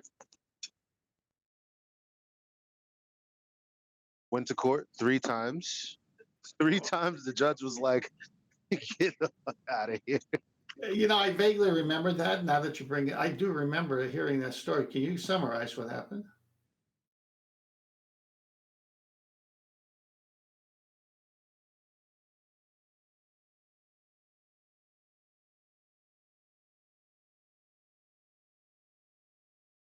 He can, but he won't. Tent. It seems.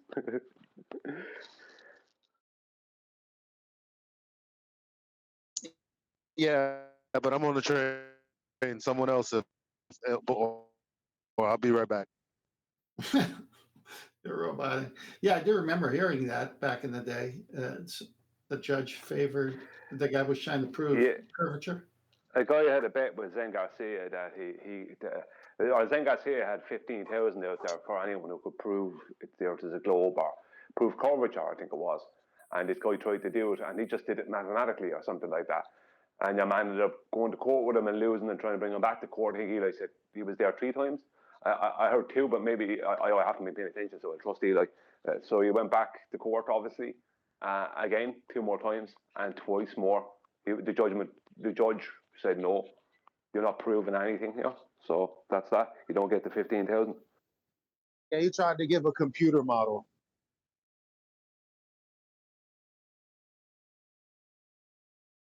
Yeah, computer model. We don't live in a computer model. That is.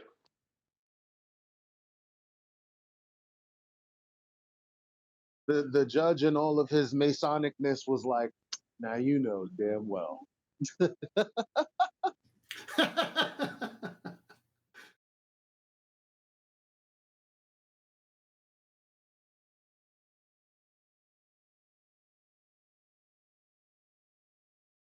Are we still live? No, after Yeah. show. Live, but after show. We're live. You wanna go over your slides again? It's up to Nathan. Oh, It's in the pre-show. I'm fiddling with the he's- lava lamp. I'm trying to figure out. I just tell you what I'm doing. That is so random. Well, no, I'll tell you why. I get a distortion. It only comes through on my line, and it's, I don't know, 1% of a 2-hour show. I'll just hear this distortion from me. And I have tried everything. I've tried every type of compressor. I've tried limiters. I've tried varying the amount of gain from my preamp. I've tried everything. Right, I've been doing it for about 8 months, a year, just to solve this one distortion. So what I've decided is I'm going to move my preamp. I'll move it away from the Wi-Fi router. Maybe it's just interfering with the Wi-Fi router. So I've done that, and I've just put the lamp back in place, and that's what I'm doing now. But while I'm doing it, as in I've spent a bit of the weekend moving stuff around on a particular shelf where all this stuff is, I'm listening back to the show, and lo and behold, that fucking distortion's still there. So I'm just like, what the hell do I got to do? I can't figure out what it is. I don't know what's causing it. It's just the bane of my life. It's just, at first, yeah, there's a little bit of distortion there, but there was lots of distortion. There was loads of room distortion. There was loads of all sorts of distortion, and everyone's at slightly different levels. So you get closer and closer to perfection. Now I'm just left with everyone's roughly at the same level. I can't control everyone's mic control, but beyond that, everything that I can control is controlled. I should have the best quality of sound as far as I'm concerned, and I've got a distortion, and I don't know what it is. I don't know what's causing it. I don't seem to be clipping anything. There's limiters on everything, and now I've moved the whatever you call it, audio interface, and it's still doing it. So it's like, I don't know. At some stage, I've got to give up and just say, I will just accept that for some reason my system distorts. I don't know why. Anyway, that's why I'm fiddling with the lamp. Shut down the whole show. What? I said, oh dear, shut down the whole show. I don't hear anything. Everything sounds great. As I said, it's like 1% of a 2-hour show. Every, I don't know, 100, 150 words or something like that, I'll just hear a distortion.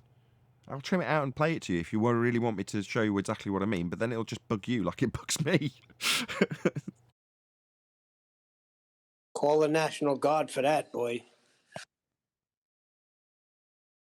Look, Neil, if you want to find me something that I can fret about that's globe related, then I assure you, my priorities are literally figuring out a 1% distortion in my live stream. That's number one priority at the moment, because is there something globe related that I need to have my attention focused on? It's not like the days where I miss it a little bit, but where Anthony and I would be on the phone talking about the Isle of Man while we beg the question of physical geometric sphere-edge horizons, formerly known as Earth curve, I might add. But those days are long gone. You know, I'm expressing my irritation at spending 1 hour, probably a whole month, on the subject. How dare you phone me to trouble me with this inconsequential nonsense when they're assuming a sphere-edge horizon? Adam, how dare you spend 1 hour of my time on this? That exemplifies it, mate, doesn't it? That Saturday night, if you think 3 years ago, if Rufy had put that out and there's all this data and it matches like this, we'd have been racking our heads. Do you know what I mean? But you were like, well, is it that? John was, is it this? No, right, well, I'm off then. See you later. I've got the rest of the day to myself. You were like, oh, I'll give you 10 minutes. Little bit of curiosity, but you weren't staying there because you were worried about your paradigm shifting. You was just curious as to why I'd wasted so much of my time. Do you get me? But there's no panic. There's no worry. It's... And there's no urgency. Stop. I don't think it was a waste of time. So I did disclaim this on the phone call. There will come a point where someone will come and assert this. But for the fact that you had educated me thoroughly in what the back engineering of the maths involves, I would have to declare ignorance. Now, QE just ducked out immediately as soon as it was pointed out that there's no curved adjacent being acquired for an elevation angle. That was the point he left. But for me, I don't understand the maths. I don't understand what he's doing. So to have you go through it really thoroughly and then break it down in simplistic language that I'll understand, which is very much appreciated and takes a lot of cognitive processing, I was grateful for it. And that's why I stuck around. Because when someone comes and lays this at my door, I'll know what they're talking about. It won't catch me off guard just because I'm ignorant. Not that it would ever, as you say, change my paradigm in any way, shape or form, but just so when someone comes along and starts asserting it, like with that last guy, as soon as I hear the word tangent, yeah, I'm going to get you to define it, and if you don't, you're going to be running away. You can moan all you like. I know the argument. Well, in this case, I didn't. Now I do. And that took a day or half a day of work from you, and I'm grateful for that. I don't want to make it seem like it wasn't useful or you wasted your time. You didn't, not at all. And just to preface that, we're doing this not to rebut Rufy. But it was interesting to see what he'd done, because when you go through that, that afternoon's work, it's really helped me in 10th moving forward with our sextant work. So it's a very different way of engaging in this kind of research now. We're moving forward, knowing it's flat and trying to figure out all the things and how these things work, as opposed to in the past trying to take apart some of the rumpus of stuff and trying to say, no, it's definitely not. You know what I mean? So we're no longer challenging them. We're just building on our own knowledge now, and that's a big sea change as you sit down and do work. I'm not worrying about is it flat, how can I prove it? I'm thinking, right, what am I doing with this data to move forwards to better understand the world we're in? And so the work we're doing with 10th, Mitchell, and that's how you can tell who has truth on their side. Yeah. Ones that are moving forward and the ones that are regressing. Because to tell us 7 years ago, 6 years ago that, science proves everything and you guys are denying science, and now, oh, well, you're just science deniers, science doesn't prove shit, right? We have geometric horizons we can't see. To regress to this point, that's how you know they've lost. Now we just got one or two simple questions for them and they're done. Sake. Oh my God. You done? Oh God. Oh, no. Now that you're here, I'm not done. Chocolate is sorry that you interrupted Just the middle of fucking drone. Excuse me. Drone. I didn't mean to be rude, for number one. I just wanted to make a point. Whatever. Hopefully everyone's got it, but it doesn't seem like they have. So you go to the rate limiting step and you fucking kill it right there. Then you stop. You shut up. There's no sense in going any further. If you haven't fucking learned this by now, after 5 years, I don't know what to tell you. Except that you want to hear yourselves talk or something. I don't know. Yes, that's exactly what I'm Kill doing. it and stop. And then when they go back to their other bullshit, Say it again, then fucking stop dead. Sounds like you're making shit up when you go further. No, we're discovering Y'all stuff. So get it now? Or do I we've have to put put this- it in Braille and shove it up your ass? Who's this aimed at? The world. Monday, Let's I go think. do the mathematics so we can debunk Rumpus. Well, Was maybe there a No, globe no, here no, that we would breakfast, maybe? so you can actually have a conversation instead of just yelling at everybody and everything. Just How kill about it. that? no. Shut I the understand. fuck morning, up. guy. No. I understand his sentiment. Let's not pretend that we don't, because the more we talk, look at the black swan. It should be dead. It should be a comment. Like when a kid tells you something that you know is untrue, you're not supposed to spend 5 hours trying to get the kid to see. No, it's just like, kid, shut up, you're wrong. So it's like with the sextant and with the non-curved adjacent, it's really simple. It's something that should end there, but then we want to look at other ways and we want to play, and then they create FUD, and then all of a sudden they're talking out their ass for hours and hours and hours, and it's ineffective really when it comes to the people who haven't come to the conversation yet. It should always be short and sweet. I agree with People need girlfriends. What? Oh, Yeah, but God. not talking about things is not going to prevent them from still mechanizing their way through it, because they're I always agree Who with cares you. what they do? Who cares what they do? You Exactly. don't care about You them. do. You're not You trying do, to convince because you're them. yelling over it. You're not trying to convince them. Was there a Glober in here that was debating us that we didn't hear or something? Am I missing something? No, it's moaning at Are you- us are you because missing my- this my speaks point, John? to this speaks to me saying last week we don't know when we've won. That's his moan. So should we just sit here in silence then? No. Talk about our favorite color? No, it feels more to me that John doesn't know that we've won. We know we've won. We're not. I would. Don't know if you didn't hear what I just said. We're not addressing them when we're doing this. We're taking our stuff forward. So, how do Bowditch's tables work? What is the comprehension behind it? It's not required to demolish them. Hence the preface of the two things: a bendy adjacent and black swan when they do it. So we're happy we've done there. What I said I was moving forwards with is kind of stuff for my knowledge moving forwards. Okay, I know it's being done on a flat plane. I know this, I know that. Why? What's the function of those tables? How does it fit with the Rayleigh criteria? And they're the things I'm looking at to expand my knowledge on a flat plane.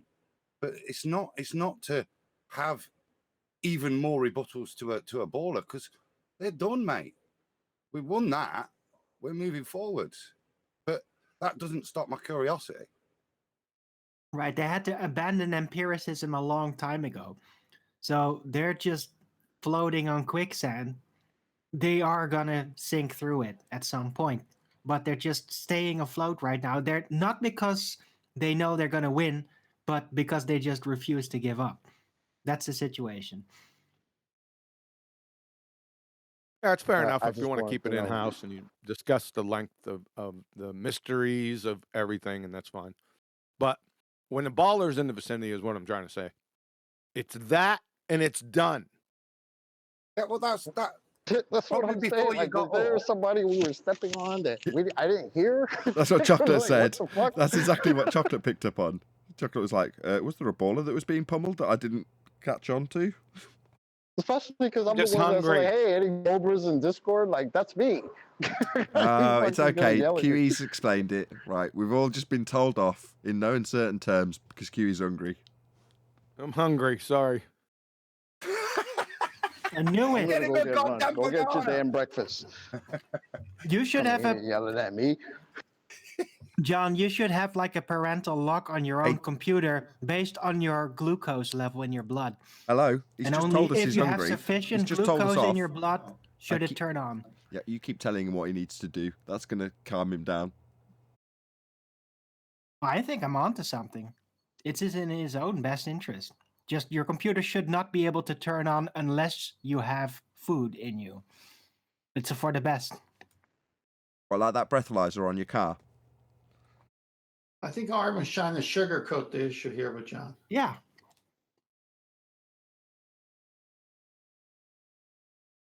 Okie dokie then.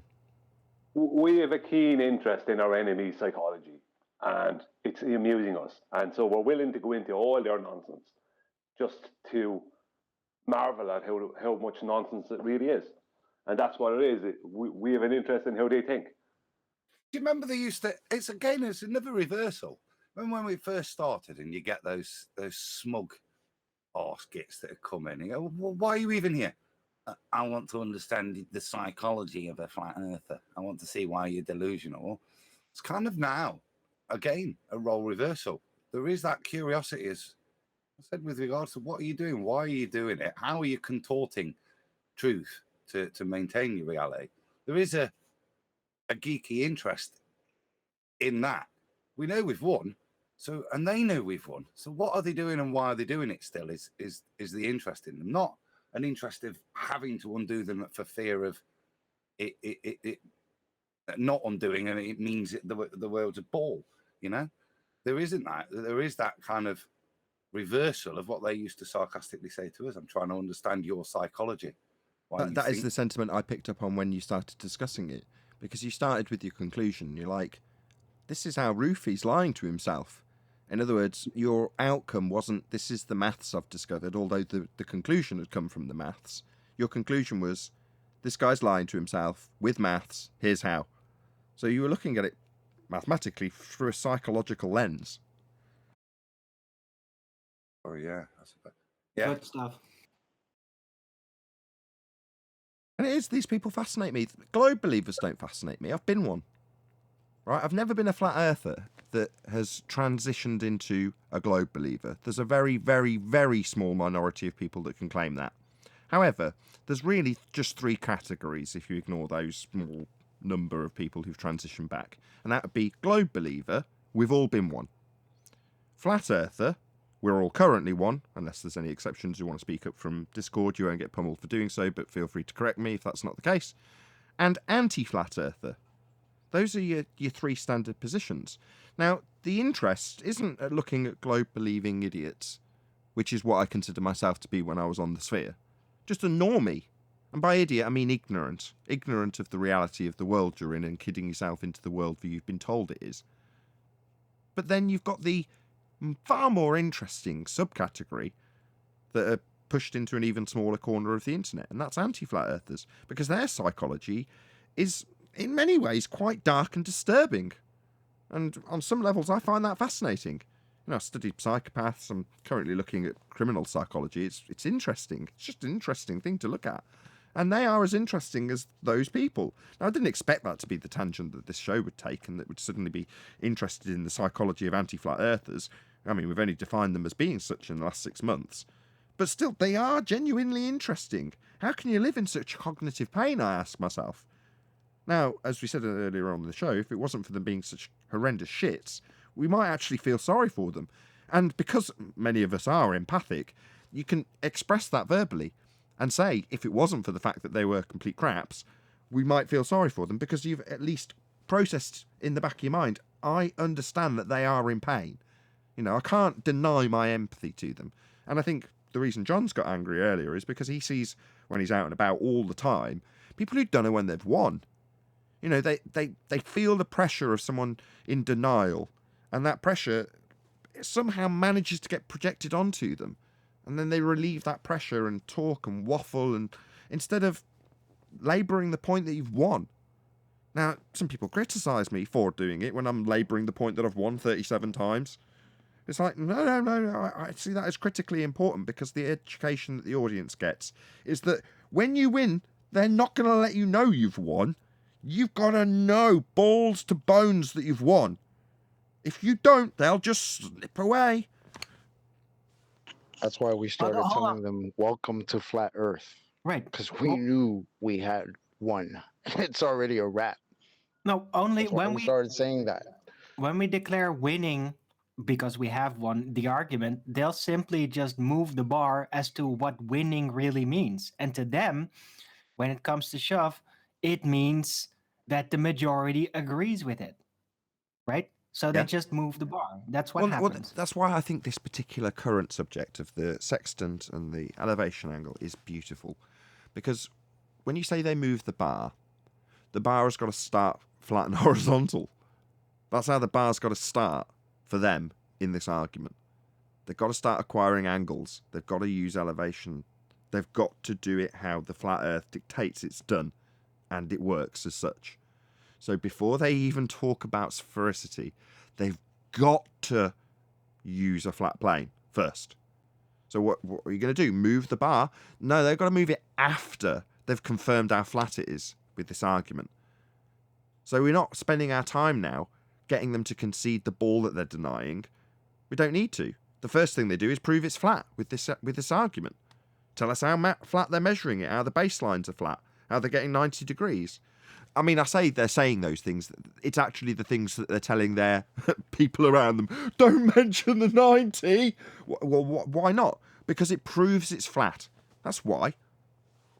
Well, they've got to do that first before they beg the question. So they're not going to be moving any bars. They won't get to... They'll just have to limber under the flat one before they do anything else. No, what they do is they have to start off by claiming that there is no bar. That's what they do. Where do they get the angle? This is what they do. But let's take it away from metaphors. Where do they get the angle then? If you're saying, in this instance, that Brian, would be them saying there is no bar. Well, when Ruhif does it in his video, he starts by being at the centre of a presupposed spherical Earth. Well, QE's sentiment of kill them and just stop killing them. Well, the killing them is, where'd you get the angle? Where'd you measure the angle in the first place? Yeah, he started at the centre of a presupposed spherical Earth, but he's talking about angles you can measure. Where'd you measure them? They're angles. They're two straight lines. So at some point, he's going to have to justify it, even if he starts after the acquisition of the angles. So how do they just say there's no bar? Right, is QE back? Probably got a mouthful of falafel. Well, in his hyperglycemic state, he makes a really good point. Yeah. Okay. So, and what you're making here, if you look at what's on screen, if I was to engage with a baller on this crap and argue about all of this crap here, I'm giving them a win. I've already won because all of this stuff proves the two things. First of all, yeah, we do not have a curved adjacent. That's the most fundamental principle in the geometry here. Yeah. And the second point, and going into the maths, and you don't need to go into the maths, you just have to make the statement that the maths you're doing defines the horizon as the geometric edge of a ball. And as soon as you've done that, it's black swan, we've won. We don't need to go into all this gooky stuff to argue with these nuances where they could pretend that they've gained something. There's two simple axes to chop. The first one is you can't have curved lines on a triangle, and the second one is the horizon is not the leading edge of a sphere. After that, all the other stuff I talk about is for us. It's not to share with them or go through with them, because to destroy them, it's not needed. But it might help us with some abduction later. Well, when one of them comes in claiming that nonsense, we'll know exactly what they're claiming. Exactly. What they're referring to. That's its value. So it's important. It's always important, but that doesn't mean we should use it as a killer, or get involved in it. But we should know what it is. Always be covered. It's not a killer, Brian. It's a confuser. If you engage in that, and that's correct. No, I mean, we shouldn't use it as we shouldn't argue the point with it. I'm just saying it's good to know what it is. That's all. They'd love to get into those numbers because they can crawl out near almost. But if we hold them to, sorry, just tell me, is one of the sides of your triangles bent? And is what you're measuring to the leading edge of a ball? They can't get out of that. They'd love to get embroiled in numbers, wouldn't they? But see, what they have to do is they deal with us. We tell them the truth. We show them where they're wrong. We show them where we're correct. And how they deal with that is they go to Google or wherever else, right? In this situation, Ruhef went to maths that he knew he could do himself. And he matched up maths that match up globe, blah, blah, blah, right? But it's the same thing as him just going to Google and saying, does the sex need a globe? And Google basically just saying yes. Do you know what I mean? It's like, they need that. They need, when they hear us telling them facts, they need to go off and just you need a globe off of Google. That's what they need. Do you know what I mean? They need to look at a space video, something, because they, at that point, their mind is under the most stress. So they have to go and do something that helps them, their confirmation bias. They idol. need It's idol worship, Brian. So you tell them that their God isn't real, and they need a few hours sitting in front of the idol. Yeah, that's it. You know, they need to confirm that what they've been saying and thinking all along has to be correct. And how they confirm that is through the consensus of Google. Yeah, then they go outside and they go to the person who's outside the temple. You believe that idol's really God, don't you? And the guy outside the temple goes, yeah, of course. I'm going to go in and sit in front of it for a few hours. What have you been doing? Well, I've been sitting in front of it for a few hours because someone told me how it wasn't real and proved to me how it wasn't real. Oh, well, you better go and sit in front of it for a few more hours, says the person outside. Yeah, yeah. Even if you hear any of their own hangouts, they end up stop talking about space stuff and whatever else when they're having their own kind of hangouts. It's a lot of kind of character assassination of flat earthers, followed by, did you see such and such a satellite got launched on Wednesday, and I heard they're doing this now, and this kind of stuff. It's straight back into all the things they can't support and prove. But they have to go there. It's, as you said, the temple. It's back to the temple. Back to this. No, this has to be real. The temple, and then they go outside the temple and they sing all together. All right, angle. And it's us singing it. Right, exactly. We're outside tranquilly with our Gregorian chant singing about right angles, and we disturb their chi. And they go, you're idiots!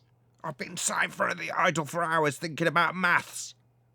And we go, oh, right angle. And they go, I'll kill you.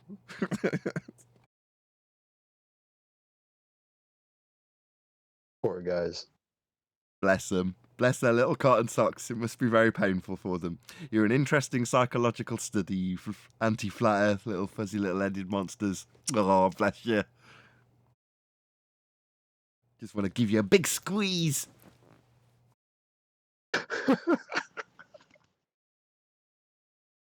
And them to share their pain. Yeah, sharing is caring. That's what we're really here for now. Think of us as therapy.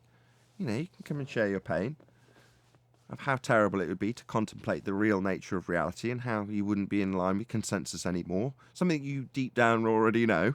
Well, we'll work you through that.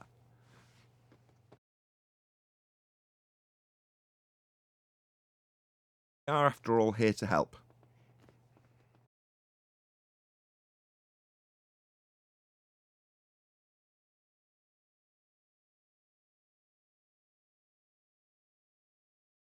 Plus, there's like all types of Bitcoin on the line, money on the line. Nobody's stepping up for that. I don't get it. Weird. I offered some young guy Saturday if they wanted to win Bitcoin. I told them the show to go on. I gave them all the information. Nathan Oakley, 1980.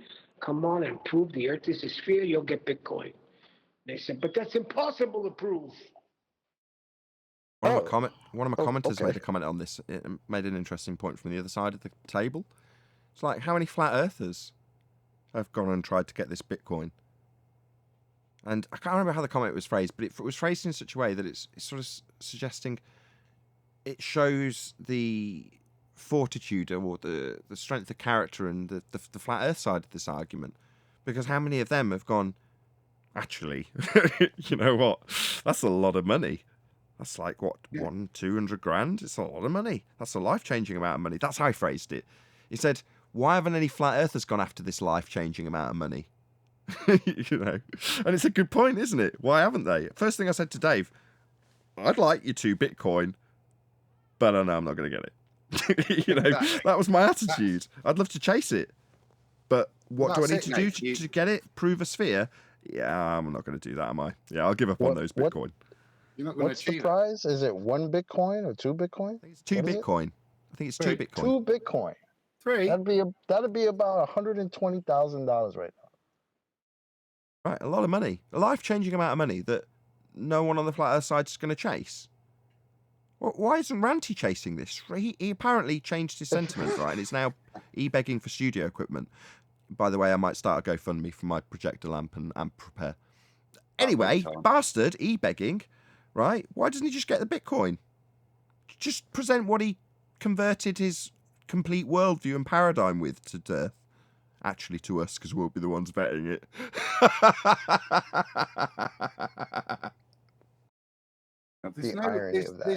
There's no flat earther going to waste their time on this, because you know that you're not going to be able to. We've spent too long figuring that out, so you're not going to bother to try and get it, because I don't think I could put an argument together to try and win that Bitcoin, even with ball of subterfuge, because that's the only thing that holds the ball together. Truth doesn't hold the ball together, and that's what you're going to have to present to David, is the truth to win this money. So logic dictates in my own head that I wouldn't bother investing any time in it, because I know it's a fruitless task. Indeed. We're still waiting on somebody. There's two, I think, unless I'm mistaken. There's two people lined up that have followed all of the conditions that need to be fulfilled to get the Bitcoin. And all they've got to do is present their evidence, and they're yet to arrive. They've set up Discord accounts. I've been given their Discord names. They just haven't come. Must be really busy schedules. Well, might be just waiting for the rumpus to just deliver that final bit of Isle of Man data just to finish off the mission. He's 99.999% done. That one. Yeah. The rumpus has several questions he has yet to answer. Several things that he's been laid at his doorstep. Not that he ever will. One of them was prove that Polaris is directly 90 degrees above the North Pole, wherever the North Pole is. The other one is to show in Einstein's mathematics how the moon controls the tides. And there's another one again. Show how terrestrial refraction represents the north end of the Isle of Man, as per the pitch taken from St. Bees on Anthony Riley's belly. The last question you need to ask him, you missed the most important question. How many slobber nurses does it take you to take a breath? That's the last question to him. Notwithstanding all the housekeeping questions, of course. Of course. My word. Yeah, Rumpus is a liar. The moment we debunked the geometric horizon, it necessitated Rumpus to lie about former positions he'd held in terms of claims of physical obstruction at the horizon called Earth curve. Suddenly, we always refracted that physical obstruction at the bottom of the Isle of Man that we claim were blocking it with a specific feet and inches value as we refracted the targets. Yeah. I can recite his argument back to front, inside out, having spent months and months arguing about it with him. So then just come and lie. That's what that's been reduced to in this argument if you're a globe believer. Just have to lie. My kids are home. He In case you can't tell. didn't lie about one thing. The geometric horizon only exists in the math. Yeah, but when he said that, he simultaneously had just told us that we do have a geometric horizon. And then we pointed out Black Swan, and he said we don't have a geometric horizon. And then we pointed out, by repetition, so we don't have a geometric horizon to the Rumpus. And he said, no, we don't have a geometric horizon. We do. We do. You got it. And then what he said is that it only exists in the math. And I think I asked him, I was like, does math refract? What's wrong with these guys, bro? This is a problem. This is what we've discussed on the show in regards to Rufif. No, we don't have a geometric horizon. We wouldn't expect to see the geometric horizon. The geometric horizon only exists in the maths. We wouldn't expect to see physical geometry. These are all the words of your own side, Rufy. So when you draw a straight line to a physical geometric sphere edge, earth curve horizon in your Muppet Vision mathematics, you know what we're going to do? You know, you can guess, right? We're going to have a damn good laugh at your dumb ass, Rufy. That's what we're doing. We're the ones laughing at you these days. That's right, for your stupidity and assumptions of earth curve edge horizons. With straight lines to him. Oh, what an idiot.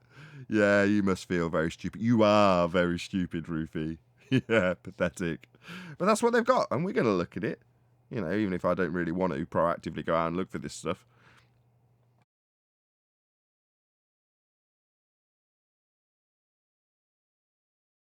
Hey, thank you, Adam.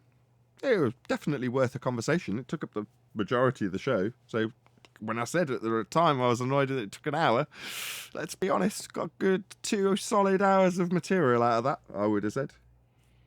And I think more to come as we move forward with the sextant as well. Well, a couple of people have skirted the 10th man trap of the artificial horizon. I heard, huh, from QE, presumably now full of Sorry food. about that. My mic was open. I'm getting an echo now too.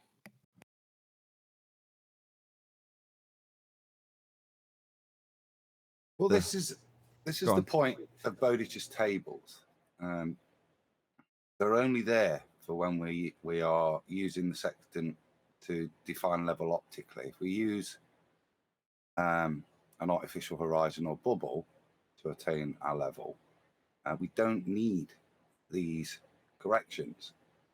And that's what I'm finding interesting, is the shapes of these things. You can see how you can try to mug people off into thinking it's Earth curve. But again, it's a bit like where they claim the way in which the sextant works in their model with the stars, that they have to put these things out to infinity. And in doing so, you assign a function to an angle and stuff, and it has to mean something, either distances. And this is what's happening with Bowditch's table. This assignment factor isn't dealing with Earth curve, it's dealing with height. And I say it may not be useful for us in arguments with the ballers moving forward, but what it is really useful is helping us understand how this horizon is rendering on a flat plane, and it is not commensurate with the ball. I can see that already in the maths, and it's just starting to dawn on me. I'm doing some differentiation with it and taking it apart, and it's starting to demonstrate that it is all about observer height. You know, so it may not, like I say, I don't think it's of great use for attacking ballers, but as we move forward with this section stuff, and I think this has got a way to run, it's kind of useful for us to have a much better understanding of what we're doing and why. Well, it's akin to saying it's not useful to debate with them when you're begging the question of a sphere-edge horizon and talking about Earth curve maths. Very true. However, as a result of doing so, we can label the Earth curve maths as begging the question proof of nothing perspective hijacking Earth curve maths, and then lead into investigations into the Rayleigh criterion. Now, there's no need in debate for us to start explaining why diffraction limits are the way they are, or how they operate, or what the maths describes them as being. There's no need, because we're not making any claims about physical obstructions at the horizon, a la the Earth curve maths. So given that it's not necessary for us to investigate it, it doesn't mean that we shouldn't, because it's been very useful to learn about how we've been deceived into Muppet vision mathematics, seeing the side of your own head, reifying physical geometry into Earth curve edge horizons that represent in reality, the use of perspective to call that limitation Earth curve. All of those statements have come as a direct result of essentially begging the question, far worse than simply having a little sniff around what they're claiming after they beg the question in this instance, or after they get straight lines to 23-month debunked non-geometric, non-physical horizons that only exist in the maths that have suddenly got straight lines to them to claim correlations with refraction at 7/6R or whatever they've derived today. You're like, this might not be useful for us to debunk a sphere, because if we're arguing about this, as Adam pointed out earlier, you've already lost, because they've won if they've got you talking about this. And that's probably, you know, again, the sentiment of QE when he came in at first. I'm sure he's not having a direct dig at Adam. He's just making it clear to the audience. If you're into arguing about this, you've lost. Just like we'd lost every time we argued about the how much was missing or not missing at the bottom of the Isle of Man. We didn't know we'd lost when we were doing it. So it needs to be stated overtly. We're doing this out of curiosity.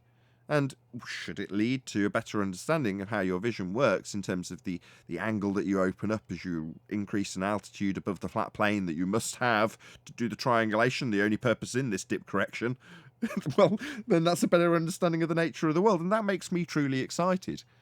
Unfortunately, there's going to be a proportion of the audience that see that as a justification to argue with Globers about the maths, for instance. Now, be under no misapprehensions in that regard, because Adam isn't doing it for that reason. He's not looking at this so he can pull it apart in debate with Ruhif. That'll never happen. You know, it's the conversation in this regard starts with, have they got a curved adjacent? No. End of conversation. That's it. That's the end, beginning, middle, and end of it. Go on, sorry. That is it. With regards to the maths, that's all. To deal with them, all you've got to do is see what the assumptions in their maths are. That's what I say. Just go straight. All you need for them on this is black swan, because if they're going to claim that dip correction is a function as described by the formula they provide, then they're making the positive statement that the horizon is the leading edge of a ball. That's how that maths. So you don't need to go into the maths anymore, because that's the claim that all the numbers they produce is. So the numbers are kind of irrelevant once you understand where the claim, where the validity of the numbers is supposedly coming from. And they're, well, let's say, you just black swan, mate. I'm sorry, but you Well, have let me summarize it the way I'm seeing it. I will in one sentence before you do. You're going to need a geometric horizon for that. Go ahead, Tent. Yeah, there's more to come from the sextant. Haven't spent the whole wad yet. But the argument's over already. What we're doing is really on a whole different trail. You've said before, Nathan, this is an incredible model they've built. So we're back engineering the back engineering. And it has nothing to do with a baller. It has to do with our curiosity to figure out how they created this model that's fooled 99% of the world. So where this is going to lead us is a dismantling of the whole thing from a whole different viewpoint. We've already destroyed the argument. The black swan, sextant, any other housekeeping questions will lead to all those anyway. So when Adam says, what's the earliest tables? And I said, well, everyone's using, Bowditch, and we got the 1800, 1802 version. And then more research showed that Bowditch came in and got his numbers from John Hamilton, 1775. So John Hamilton, where did he get his numbers from? And this is gonna end well for us, not for them. Indeed. And with that, I'm going to say another huge, massive, enormous thank you to both Discord and G+ panels for making today's after show possible. Of course, a massive thank you to all of you in either Nathan Oakley 1980 or Nathan Oakley premiering streams, for hopefully smashing the super chat, liking, commenting, sharing, subscribing, hitting the PayPal link, joining as a Nathan Oakley 1980 channel member, and all that good stuff. I've been Nathan Oakley, and I will see you all in the next video. We'll be right back.